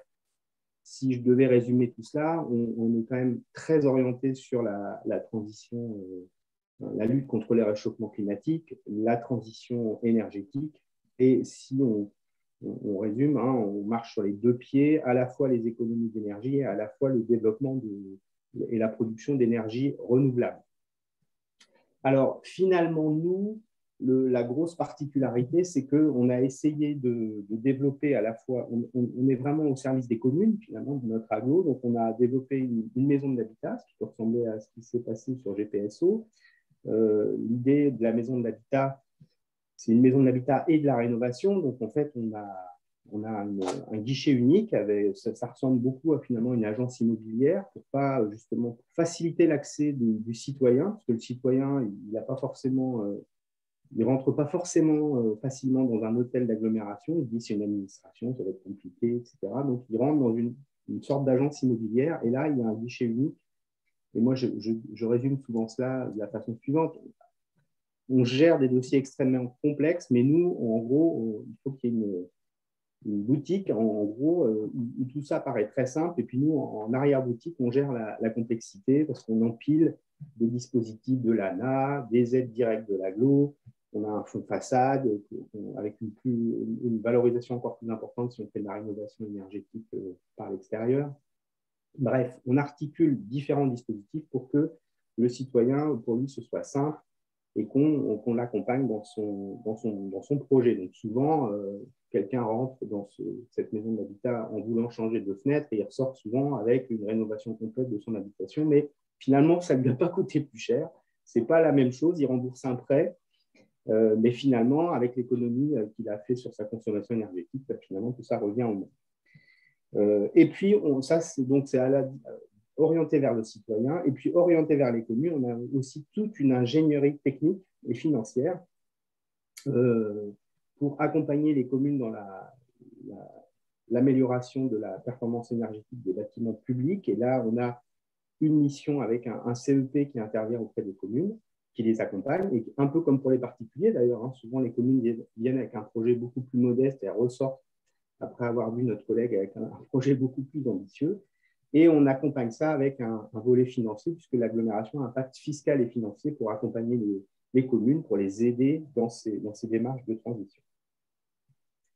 Pourquoi on fait tout ça? Parce que finalement, aujourd'hui, on est quand même dans une situation, on le voit bien, où la flambée du prix de l'énergie va finir par poser vraiment un problème aux collectivités. Alors, il y a le côté vertu en se disant qu'il faut qu'on lutte contre le réchauffement climatique, mais il y a aussi quand même la réalité du quotidien.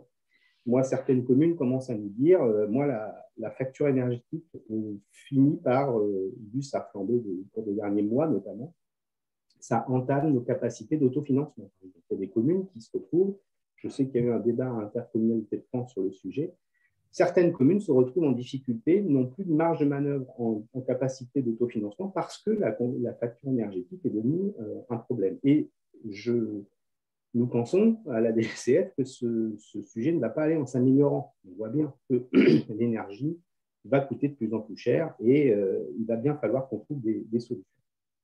Donc ça, c'est quand même un point extrêmement important.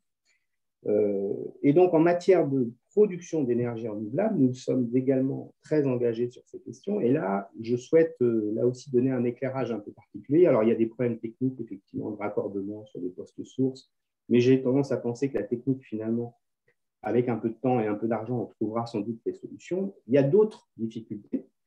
Nous, on constate qu'il y a un empilement de complexité, si je puis dire, mais on est habitué à gérer des aspects complexes tous autour de l'écran, puisque on veut développer des énergies renouvelables, mais il peut y avoir des enjeux chez nous, inondation, assez importants, mais en vallée de Seine, des enjeux biodiversité, enfin bref, un empilement d'enjeux qui font que finalement, on a fait nous, par exemple, sur le territoire, une étude pour le potentiel photovoltaïque sur le territoire, on trouve des terrains avec du potentiel, et puis finalement, quand on enlève les contraintes réglementaires, urbanisme, inondation, biodiversité, etc.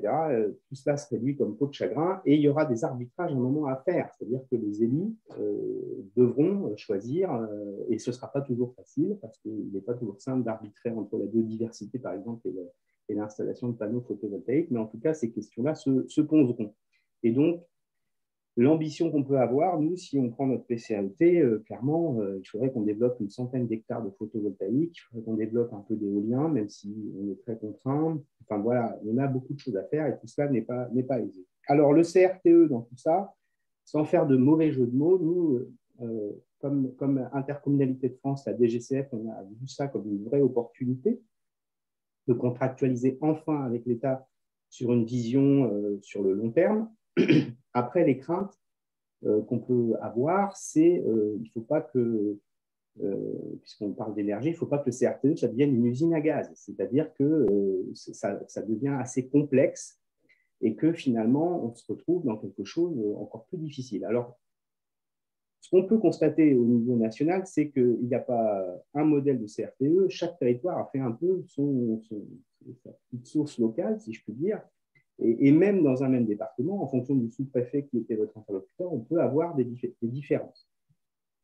Ce qui est sûr, c'est qu'aujourd'hui, on nous demande à la fois d'avoir une approche pluriannuelle, une vision sur le long terme, mais en même temps, on ne nous donne pas de perspective financière sur 3, 4 ou 5 ans. Aujourd'hui, on signe un CRTE, on signe des intentions, mais j'entendais ce matin, tous les interlocuteurs autour de l'écran, finalement, ont tous la même réponse sur la question que vous posez, Monsieur le vice-président, les perspectives, qu'est-ce que financièrement, où est-ce qu'on va? Finalement, on ne sait pas trop où on va.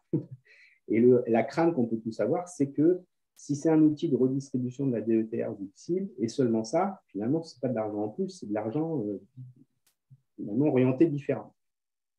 Malgré tout, nous, on pense que c'est extrêmement intéressant d'avoir cette vision pluriannuelle.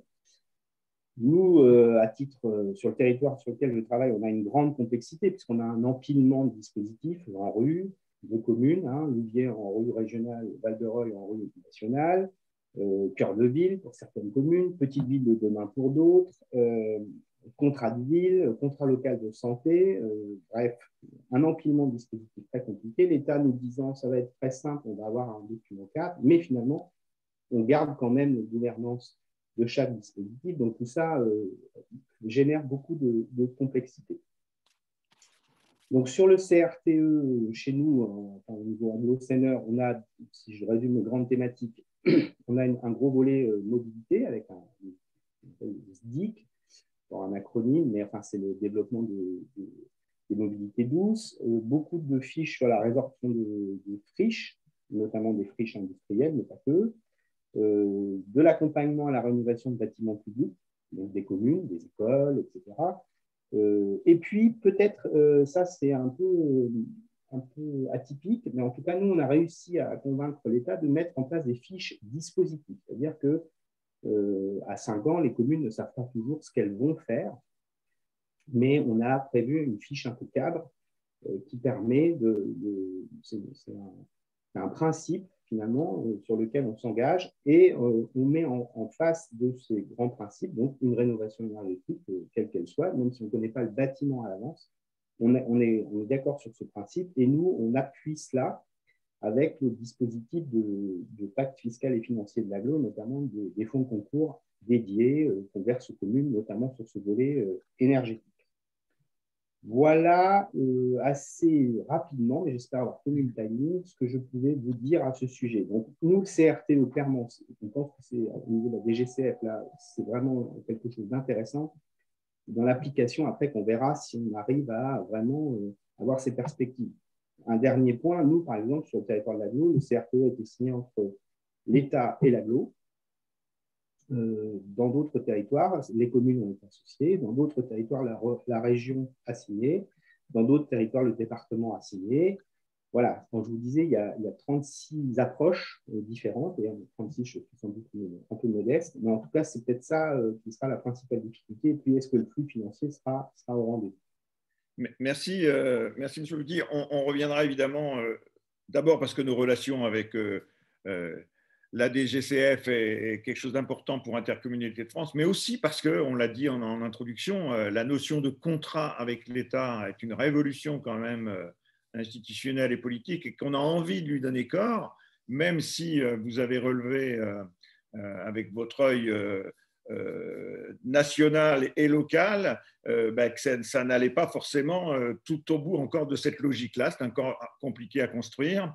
On ne va pas faire ce débat-là maintenant parce qu'on n'a pas le temps et qu'on avait conçu cette matinée aussi à la fois comme une capacité à réfléchir ensemble avec les adhérents qui sont en ligne et puis aussi une capacité à prendre soit conscience de ce qui se passe ailleurs dans d'autres régions et puis aussi de faire l'État avec d'autres partenaires et ça va être le cas maintenant avec l'Agence de la transition écologique qu'on appelle plus couramment l'ADEME, de voir un peu comment cette institution, quand même, qui a un point important dans notre pays, joue le jeu des CRTE avec les collectivités. Donc, on va accueillir en ligne, parce que maintenant, normalement, les deux personnes qui nous avaient fait part de leur participation, c'est-à-dire Madame Bénédicte Janton et Monsieur Maxime Pasquier, doivent être avec nous.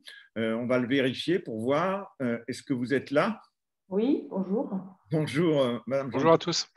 Bonjour, Monsieur Pasquier. Alors, ravi de vous accueillir ce matin pour aller jusqu'au bout de notre webinaire tenant compte du fait que, effectivement, l'agence est partie prenante de la politique nationale, que nous avons besoin de vous pour atteindre dans nos territoires des objectifs de rénovation performante sur tout le patrimoine public.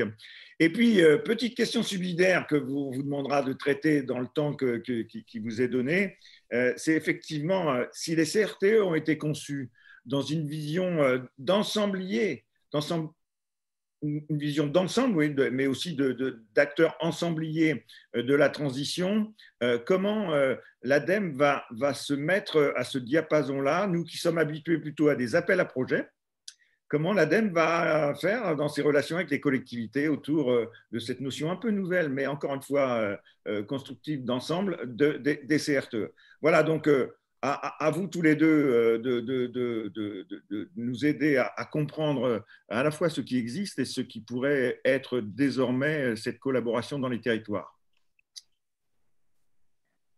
Alors, c'est vous, madame, j'entends qui démarre. D'accord, oui, je ne sais pas dans quel ordre. J'allais dire, vous débrouillez tous les deux. Très bien. Il y a diaporama, donc on va le mettre à l'écran. Alors, je vais vous projeter mon écran. Voilà.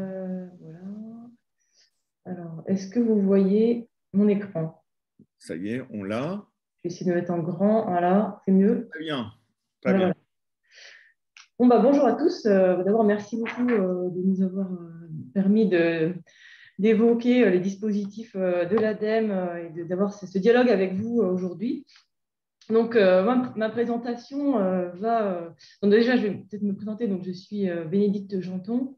Je suis directrice adjointe à l'ADEME de la direction bioéconomie, énergie renouvelable. Et donc, à la fois, on s'occupe des sujets de bioéconomie, donc à la fois des forêts, de l'agriculture, l'alimentation, et de promotion des énergies renouvelables, notamment des énergies, de la chaleur renouvelable. Voilà. Donc, en fait, la première chose que je voulais dire en introduction, c'est quand on pense énergie renouvelable, le plus souvent, on pense à l'électricité, aux panneaux solaires ou aux éoliennes. Or, à l'ADEME, nous avons un rôle différent sur les énergies renouvelables électriques et thermiques.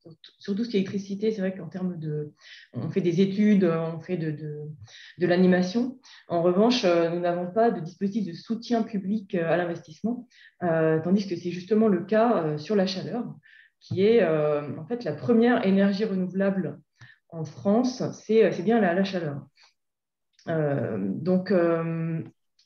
Je vais notamment vous parler du fonds chaleur. Je pense que vous devez connaître ce dispositif, mais je vais expliquer un petit peu sa genèse, l'intérêt qu'on y trouve, en quoi il permet de répondre aux objectifs nationaux de la France et ensuite comment opérationnellement vous pouvez y avoir recours et un peu le lien avec la CRTE.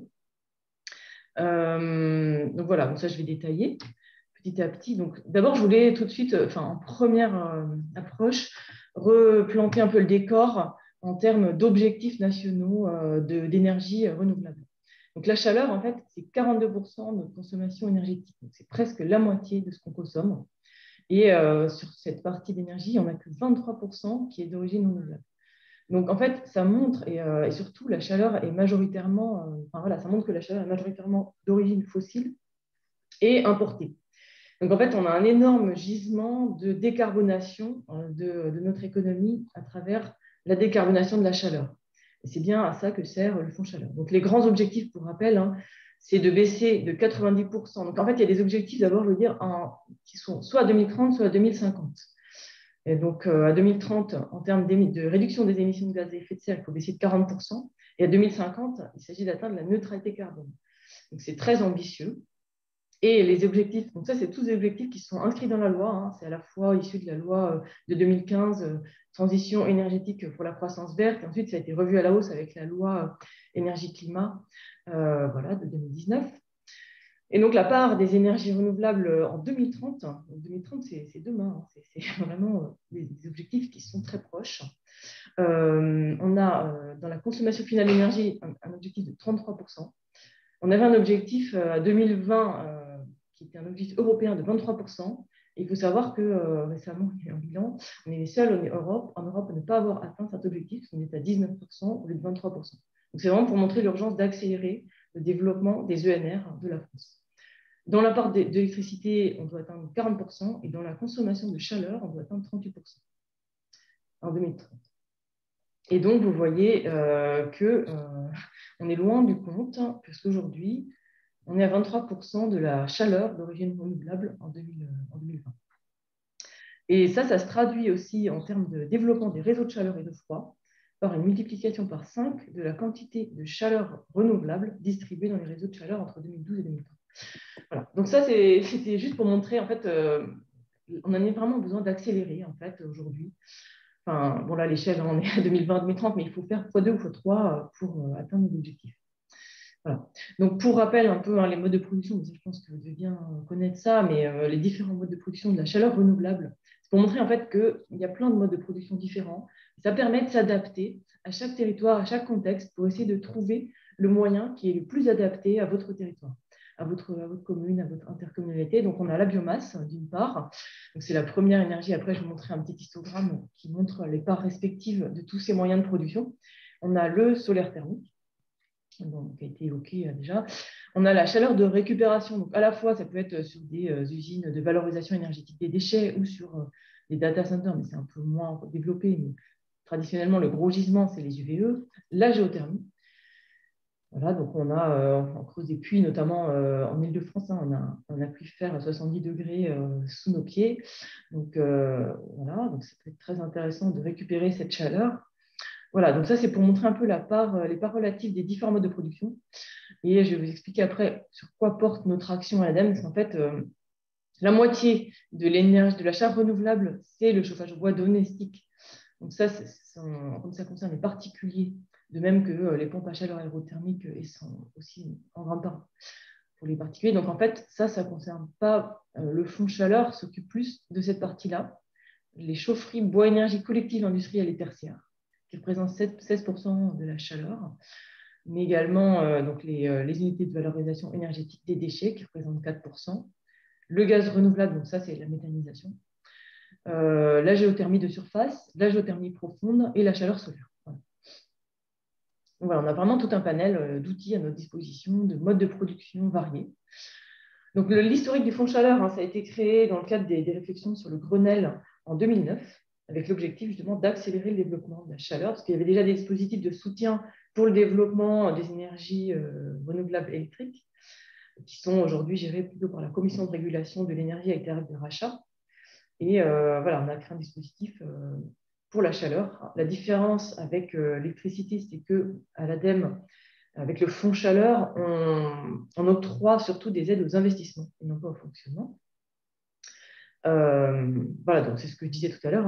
Atteindre l'objectif, c'est d'atteindre les objectifs d'énergie renouvelable et de réduction des émissions de gaz à effet de serre. Et c'est l'objectif, en fait, c'est pour pouvoir développer ces énergies, c'est d'avoir des projets qui soient rentables, parce qu'aujourd'hui, c'est quand même des investissements lourds au départ. Et donc, il y a une nécessité d'avoir une aide publique pour que les projets soient viables financièrement, et notamment les projets de réseau de chaleur. Parce que souvent, en fait, on a un couplage entre des unités de production, des différents modes de production qu'on vient de décrire, et des réseaux de chaleur qui permettent de distribuer ces énergies produites par différents moyens. Donc, un petit bilan du fonds chaleur qui a maintenant plus de 10 ans, donc, ce qui montre un petit peu la répartition aussi des aides qu'on attribue. Donc, on a créé plus de 6 000 installations et on a octroyé un peu plus de 2,5 milliards d'aides qui ont permis de déclencher. Maintenant, on a dépassé les 10 milliards, parce que ça, c'est un bilan à fin 2020. Donc, avec les investissements 2021, on a fêté les 10 milliards d'investissements soutenus. Et ça permet de produire 35 TWh de production de chaleur en cumulé renouvelable. C'est un dispositif où les aides publiques sont très efficientes, puisqu'on est à 4 à 5 euros par mégawattheure produit sur 20 ans. Donc, si on compare à l'électricité, c'est quand même très efficient. Et on atteint maintenant un budget qui est en hausse, qui a presque doublé par rapport au budget qu'on avait en 2017, qui était à 200 millions d'euros. Là, on est à presque 400. Enfin, cette année, on a un budget de 370 millions d'euros. Et on a déjà un portefeuille de projets qui laisse penser qu'on va facilement engager l'ensemble du budget. Vous avez calculé combien ça aurait rapporté à l'emploi dans le bâtiment local si on avait atteint les objectifs nationaux? Alors, on n'a pas directement… on avait fait une étude il y a 2 ans sur l'impact en termes d'emploi et de bénéfices économiques de la filière réseau de chaleur. Après, on n'a pas des chiffres sur l'ensemble des… Enfin, voilà, c'était surtout sur les réseaux, mais bon, les réseaux sont toujours liés à la production. Et d'autre part, là, on est en train de travailler à une étude qui va chiffrer l'impact en termes d'impact sur la facture, sur la balance commerciale de la France de toutes les énergies renouvelables, notamment la chaleur, et l'impact en termes d'économie de CO2 évité et de facture. Et c'est des choses qu'on étudie très régulièrement par filière. Là, on travaille sur les PAC, par exemple, sur l'impact sur la filière PAC, sur les emplois, etc. Donc, les principaux atouts de la chaleur renouvelable, c'est bien sûr, c'est pour répondre aussi à ce que disait M. Petit là, tout à l'heure, hein, c'est vraiment l'intérêt de la chaleur renouvelable, c'est justement de s'affranchir des hausses de coûts et des variabilités, de la volatilité des cours, notamment du gaz, du pétrole, des énergies fossiles. Donc, on a quand même sur les énergies renouvelables des coûts beaucoup plus stables et d'abord, on a une meilleure prévisibilité. Ça, c'est vraiment un atout majeur au niveau de l'équilibre économique des projets. Bien sûr, en termes environnementaux, je l'ai déjà dit, on se substitue souvent à des énergies fossiles. C'est d'ailleurs la façon dont on calcule nos aides. Hein. On se réfère aussi au scénario d'énergie fossile, donc de réduire nos émissions de CO2. On a aussi une diversité de technologies qui permet de s'adapter à chaque situation et création d'emplois non délocalisables. Voilà, on essaye de valoriser des ressources locales pour créer des emplois. Voilà. Alors, les réseaux de chaleur, je voulais faire un focus sur les réseaux de chaleur parce qu'en fait, c'est vraiment le vecteur de diffusion des énergies renouvelables. Hein. La seule façon donc, de mobiliser les gisements d'énergie locale, comme ce sont comme des grosses installations, on ne peut pas le faire sans réseau de chaleur pour ensuite les distribuer. Voilà, donc c'est vraiment le moyen de les déployer, ces énergies. En fait, la démarche, les étapes en fait, des projets d'énergie, c'est d'abord, évidemment, toujours de chercher à réduire les consommations. Donc ça c'est pour un peu ce que va expliquer Maxime derrière et ce qui a déjà été évoqué ce matin. Hein. C'est vraiment la sobriété et l'efficacité énergétique, c'est quand même la première chose à regarder. Ensuite, d'essayer de mutualiser les besoins si on a une densité énergétique suffisante via les réseaux de chaleur. Et enfin, en fait, pour arriver à identifier quelle est la ressource prioritaire à développer sur le territoire, il s'agit de faire un diagnostic de territoire, voilà, de regarder quelles sont les énergies renouvelables à regarder en priorité. Donc, par exemple, en Île-de-France, il y a une démarche qui s'appelle ENR Choix. Donc, la première chose, c'est de regarder s'il y a un réseau de chaleur à proximité.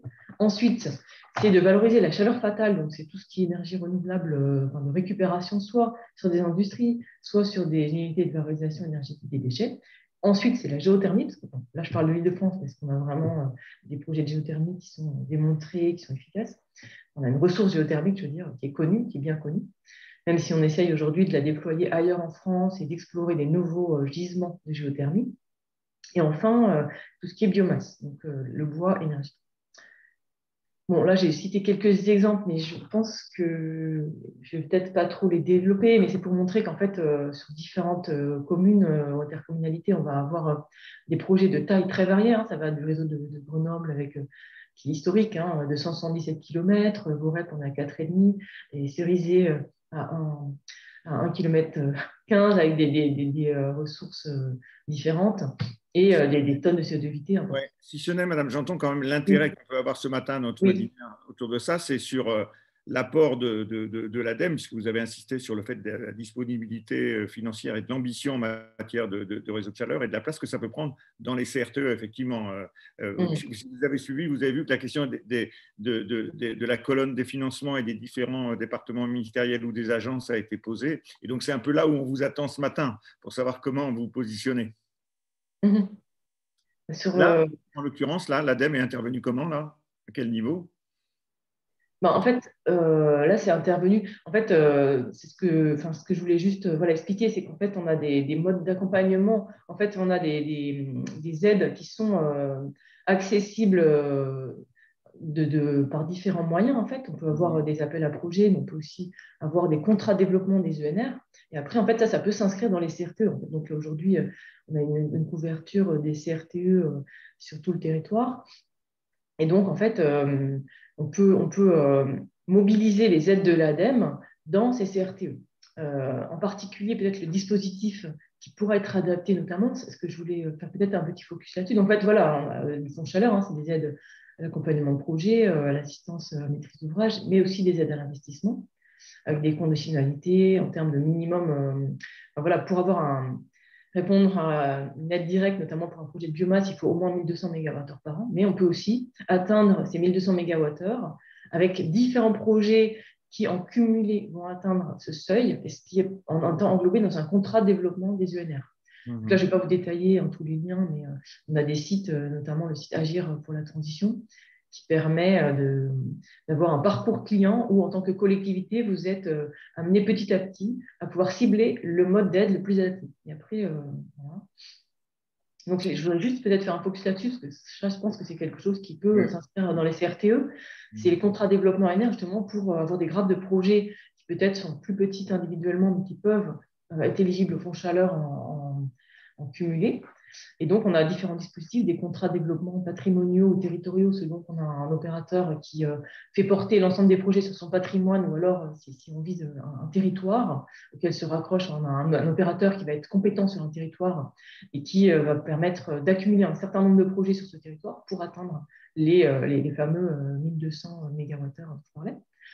Voilà. Et ensuite, l'accompagnement de l'ADEME, dans le cadre de ces contrats de développement des ENR, il va porter sur des investissements, mais aussi sur de l'animation et des études préalables, de l'assistance à maîtrise d'ouvrage par période de 3 ans renouvelables.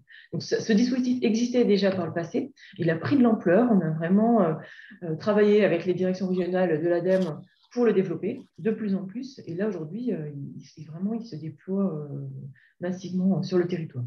Et aussi, en lien avec ça, on a décidé cette année de lancer un appel à projet pour encourager les études pour les réseaux de chaleur dans des villes à partir de 5000 habitants. Voilà, pour essayer de déployer la création de réseaux de chaleur. Parce que dans les villes un peu plus importantes, on a souvent des extensions, densification de réseaux. On a aussi un souhait d'accompagner davantage les créations de réseaux de chaleur. Madame, j'entends une remarque quand même par rapport à ce dispositif-là, qui effectivement peut paraître très mobilisateur pour avoir des résultats en termes de chaleur renouvelable, mais quand même les groupes de projets, c'est quand même des objectifs assez élevés qui correspondent à des territoires qui, a priori, on le voit dans les remontées qu'on peut avoir nous, demandent des territoires assez vastes pour obtenir quand même sauf les territoires urbains qui peuvent massifier assez rapidement sur des gros équipements. Mais le fait d'avoir un objectif minimum de chaleur renouvelable sur certains territoires qui sont en CRTE sur des géographies plus étroite pose un problème quand même dans les territoires. Ça demande quasiment avoir parfois des visions départementales, ce que n'ont pas les CRTE, qui sont plus souvent descendus à l'échelon intercommunal, qui est une vraie adéquation, y compris avec les projets de territoire. Donc là, on a quand même un petit souci, je préfère vous le dire d'emblée, parce que s'il doit y avoir adaptation du dispositif pour atteindre les résultats que nous sommes donnés nationalement, c'est sans doute là qu'il faut regarder comment on peut modifier les choses. En tout état de cause, là, il y a un sujet de discussion entre nous. Je comprends, d'accord. Oui. Non, j'entends bien, mais écoutez, je n'ai pas la réponse là en direct. Je pense que ça nécessite effectivement peut-être de continuer à en discuter. Je pense qu'il y a sûrement une manière d'articuler les deux dispositifs pour que ça réponde à la fois aux objectifs des CRTE. Voilà. Mais peut-être qu'il faut effectivement qu'on regarde un peu plus près la bonne interaction, la bonne synergie entre les deux. Voilà, je vous ai interrompu, je suis désolé, mais c'est à la fois… Non, mais bien sûr, vous avez raison, c'est tout à fait pertinent comme interrogation. Il faut trouver la bonne maille pour réaliser, pour avancer là-dessus. Je pense qu'en fait, ce qui se passe aussi, c'est qu'on a des dispositifs qui sont assez variables entre les territoires, en fait. Donc, dans certains, peut-être que ça va s'articuler, ça va être la bonne maille déjà, peut-être que dans d'autres, ça ne sera pas le cas. Voilà. Mais je comprends bien ce que vous… Voilà. Bon, ça c'était juste pour rappeler on a des critères d'éligibilité sur différents aspects environnementaux. Il faut regarder notamment les enjeux qualité de l'air, il faut avoir des taux d'ENR suffisants, parce qu'il faut être suffisamment ambitieux en termes de déploiement d'énergie renouvelable. Pour les réseaux de chaleur, pour que ça soit rentable, il faut une densité thermique, donc c'est les mégawattheures par mètre linéaire de réseau suffisant. On regarde aussi les critères de gouvernance et de suivi énergétique. Voilà. Bon, là, je vous ai mis les différents liens qui résument les différents dispositifs. On a mené une grande campagne sur 3 ans de déploiement de la chaleur renouvelable avec un site internet dédié. On a le fameux parcours client où vous avez particulier, entreprise, collectivité, agir, des exemples avec des retours d'expérience. Voilà. Pour finir, je voulais juste faire un petit focus sur un projet qu'on vient de conduire qui s'appelle Transition à 2050. C'est un petit peu différent, mais c'est quand même une perspective qui est assez intéressante. Voilà, on a travaillé sur des scénarios à 2050 pour atteindre la neutralité carbone. Vous pouvez regarder si ça vous intéresse, mais ça montre vraiment l'importance de déployer les énergies renouvelables, notamment la chaleur renouvelable, et ça a permis en fait de regarder assez largement ces scénarios à la fois sur l'ensemble des secteurs d'activité, que ce soit la mobilité, le bâtiment, l'énergie, l'alimentation, etc. Comment différents 4 scénarios pour atteindre cette neutralité à 2050. Je ne vais pas le déployer parce que ça prendrait 1 heure, mais pour vous inviter à regarder. Pour ceux qui votre intervention et vos propos confirment une étude que Intercommunalité de France a fait l'année dernière sous la houlette d'ailleurs de Ryan Sebil qui nous accompagne ce matin avec EDF, qui confirmait que parmi les adhérents d'Intercommunalité de France, qui représentent quand même les 80% des communautés de France, il y avait vraiment un engagement dans la transition à 9 sur 10 l'été pour là-dedans, et notamment plus de 6 sur 10 qui affichait comme objectif de réduire la dépendance énergétique. Donc, il y a vraiment cette question-là que le cours des marchés y a encore renforcé récemment. Donc, on est vraiment là-dedans. Et c'est vrai que les CRTE tels qu'ils remontent vers la rue Joubert au siège d'Intercommunalité de France, les projets montrent à quel point aujourd'hui c'est devenu prégnant cette question-là d'arriver à la performance dans la transition énergétique.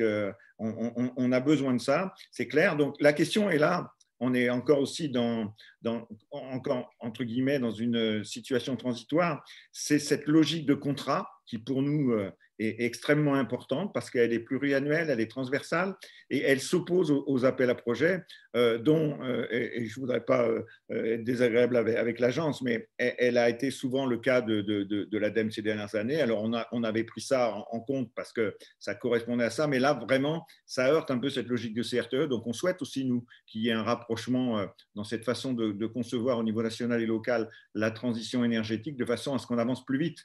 Encore une fois, les CRTE tels qu'ils se présentent aujourd'hui ont un fort volet de production d'ENR ou de chaleur renouvelable. Pourquoi les projets ne débouchent pas? On a une petite idée derrière la tête. Donc, on a vraiment besoin d'y travailler ensemble. Et puis, dernier point qui est souligné par quelques interventions dans le chat, c'est aussi la place que l'ADEME va donner au soutien à l'animation dans les territoires, parce qu'on voit bien qu'il faut un relais. Il faut un relais dans les territoires, il faut de l'ingénierie, ce sont des nouveaux métiers. Et là aussi, on a envie d'entendre un peu l'agence pour savoir de quelle manière ça va se traduire de façon à ce qu'on ne perde pas plus de temps qu'on en a perdu. C'est vrai que sur tout ce qui est animation, on a déjà, à l'ADEME, on finance déjà de nombreux relais d'animation dans les territoires, hein, à la fois les relais sur la biomasse énergie, mais aussi dans les contrats de développement des ENR, on a tout un volet d'animation pour justement déployer ces contrats. Et le principal objectif des contrats de développement ENR, au-delà du nombre de mégawattheures qu'on va permettre de produire dans ces contrats, c'est aussi justement d'arriver à couvrir un maximum des territoires. Et c'est aussi l'un des objectifs qu'on a poursuivi en les déployant plus largement pour faire connaître ces énergies renouvelables et qu'ensuite ça permette de percoler sur l'ensemble des territoires. Donc il y a vraiment un effort qui est fait sur cette animation. Et par ailleurs, surtout sur l'électricité, on est en train de mettre en place, là c'est tout récent parce que ça se met en place cette année, un réseau de conseillers en énergie renouvelable électrique sur l'éolien et le photovoltaïque, dans l'objectif d'apporter un conseil et un soutien aux collectivités par rapport aux projets qui peuvent être proposés sur le territoire. On vous en remercie parce que dans le diaporama qu'on avait reçu avant, c'est pour ça que je vous lançais sur cette question-là, parce qu'on avait eu ce point-là qui est quand même une innovation ou vraiment une proposition de l'agence qui est vraiment très intéressante pour nos territoires, parce qu'on a besoin de ça effectivement et on n'a pas toujours les financements, notamment après la réforme de la fiscalité locale et la perte de la taxe d'habitation, ça nous crée un vrai problème pour financer ça. Donc c'est vrai. Alors on le réintégrera peut-être dans votre présentation pour que ce soit clair pour tout le monde, si vous le voulez bien. Bien sûr, ouais. On fera ça. Je regarde les questions qui viennent ou les interventions.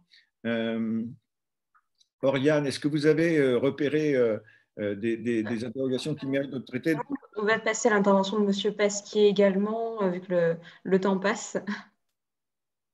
Oui, je vois effectivement qu'il ne nous reste pas énormément de temps et on voulait vous parler également du levier de la sobriété et de l'efficacité énergétique, puisque Bénédicte l'a mentionné.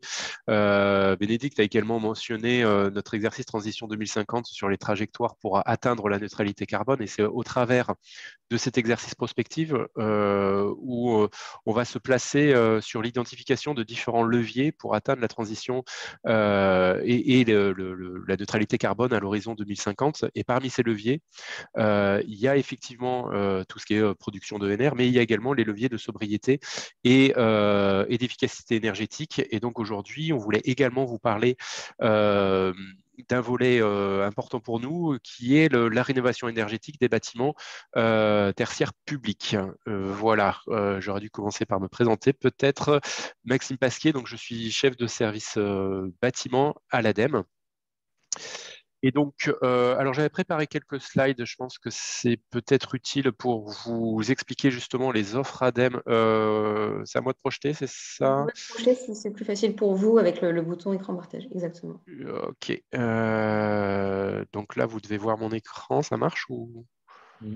Alors, pas en format diaporama pour l'instant, mais on voit l'écran. Non, il faudra changer paramètres d'affichage en haut. Juste au-dessus. Donc, paramètres d'affichage. Au milieu en haut. Milieu en haut. Milieu en haut. De votre écran. Votre curseur, il est presque en dessous. Alors, nouveau partage, participant. Vous êtes en train de partager votre écran. Vous passez sur le bouton de droite, paramètres d'affichage avec la petite flèche. Juste à côté de la fin du diaporama. Votre... Ah, par là? Ici? Non, c'est pas ici? Non, c'est bon, allez-y comme ça si c'est plus simple. Écoutez, je sais pas, je suis idiot ou quoi, je trouve pas. Mais voilà, remontez-le encore. Ouais. Remontez votre curseur vers le haut de l'écran. Encore. Ah, mais je vois plus. Moi, je suis en haut là, en fait. J'ai plus rien en dessus. Ah, d'accord. Bon. Ah, je sais pourquoi. Attendez, bougez pas. Ouais, c'est parce que c'est masqué par le bandeau zoom, en fait. Voilà, et là, je vois paramètres d'affichage, ça marche. Oui, c'est ça. Voilà, c'était masqué par le bandeau zoom. Ok, pardon pour ça. Donc, voilà, comme je vous disais, je voulais vous parler de rénovation énergétique des bâtiments tertiaires et publics. Je vais essayer de vous mener au travers des offres ADEME concernant ce sujet de façon un peu synthétique parce qu'on n'a pas énormément de temps. Néanmoins, juste quelques mots sur rappel du contexte parce qu'effectivement, on a des réglementations en place qui sont voilà, qui s'impose à nous, notamment le dispositif éco-énergie tertiaire qui vise la réduction progressive de nos consommations énergétiques. On peut mentionner également le décret Building Automation and Control Systems qui impose la mise en place d'un système d'automatisation et de contrôle des bâtiments pour tous les bâtiments tertiaires qui ont une puissance soit de chauffage ou soit de climatisation supérieure à 290 kW. Et puis, bien entendu, les réglementations thermiques 2012 et la RE 2020.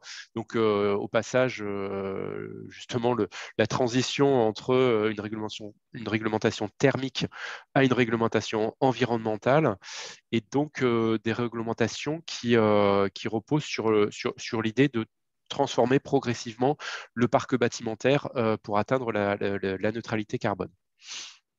Voilà. Face à ces réglementations, on a différents dispositifs de soutien qui sont mis en place. Ils concernent soit l'investissement, soit l'accompagnement ou l'ingénierie. Concernant l'investissement, on a bien sûr tout ce qui est certificat d'économie d'énergie, la DECIL, ou alors les offres dispensées par la Banque des Territoires, que ce soit le pré-ramp ou la tracting. Et puis, on a également des programmes C2E sur l'accompagnement à l'ingénierie. Le programme ACTE, vous connaissez bien. QBES également, qui est plus sur l'éducation aux économies d'énergie en milieu scolaire.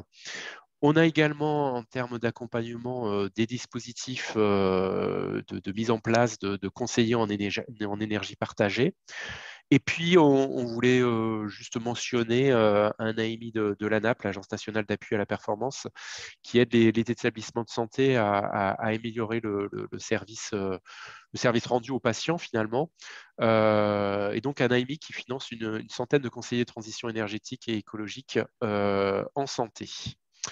Voilà pour les dispositifs. Mais plus particulièrement, les offres ADEME, en fait, sur le sujet s'inscrivent dans une sorte de cercle ou un cycle qui permet d'accompagner les gestionnaires de bâtiments tertiaires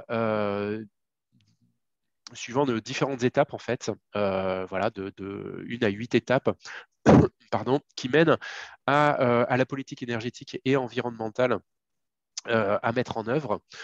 Donc, ça inclut voilà, du soutien sur les moyens humains, l'organisation interne, du soutien pour mieux connaître le patrimoine immobilier, également un accompagnement pour faire de l'expression de besoins, pour définir la stratégie énergétique patrimoniale, et puis la décliner en termes de plan d'action jusqu'à la mise en œuvre de ces actions, que ce soit en termes de maîtrise d'énergie ou alors de NR, sans oublier la partie reporting pour vérifier si on est dans les clous pour suivre la politique énergétique qui a été décidée.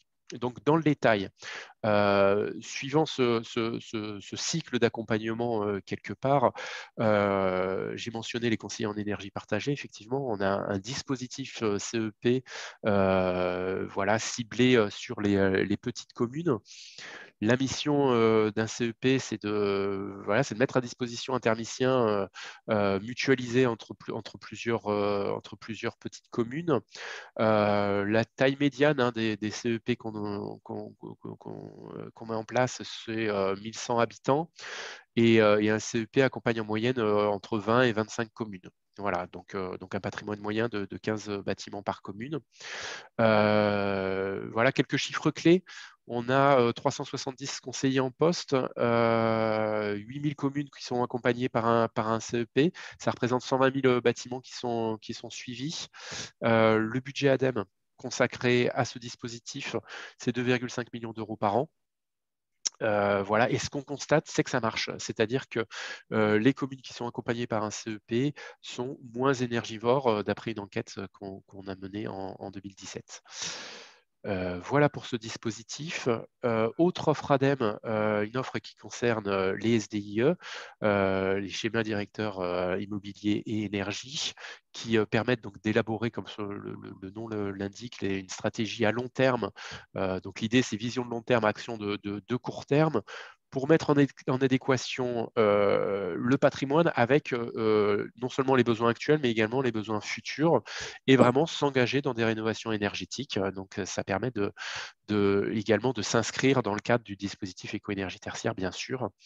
On a 3 expérimentations en cours sur 3 régions, Normandie, Haut-Rhin et Occitanie. Et depuis 2021, on a également un dispositif de soutien pour une AMO SDIE avec un cahier des charges, un taux d'aide qui est à 50% et des plafonds de dépenses éligibles jusqu'à 40 000 euros. Donc voilà pour le SDIE. Autre offre ADEME, ça concerne les AMO commissionnement et les AMO CPE, contrat de performance énergétique. Si on rentre un peu plus dans le détail, l'assistance à maîtrise d'ouvrage d'un CPE, on a un certain niveau de performance qui est exigé. On va faire moins de 40% de l'énergie finale pour un bâtiment, ou si on est à l'échelle d'un patrimoine, on est plus à une réduction de 30%. On a 2 phases, soit la phase amont, qui est sur la réalisation de l'étude de FESA, regarde l'opportunité de mettre en place un CPE ou non, ou alors la phase aval, où on est là dans la rédaction du programme, la conduite de la procédure et la passation du contrat, son suivi et son exécution. On va sur des taux d'aide qui sont jusqu'à 50% et des plafonds éligibles de 30 000 euros pour cette phase amont d'étude de faisabilité, comme je le disais, et 50 000 euros sur la phase plus aval. Si on est sur des opérations de plusieurs bâtiments, ces plafonds montent à 100 000 €.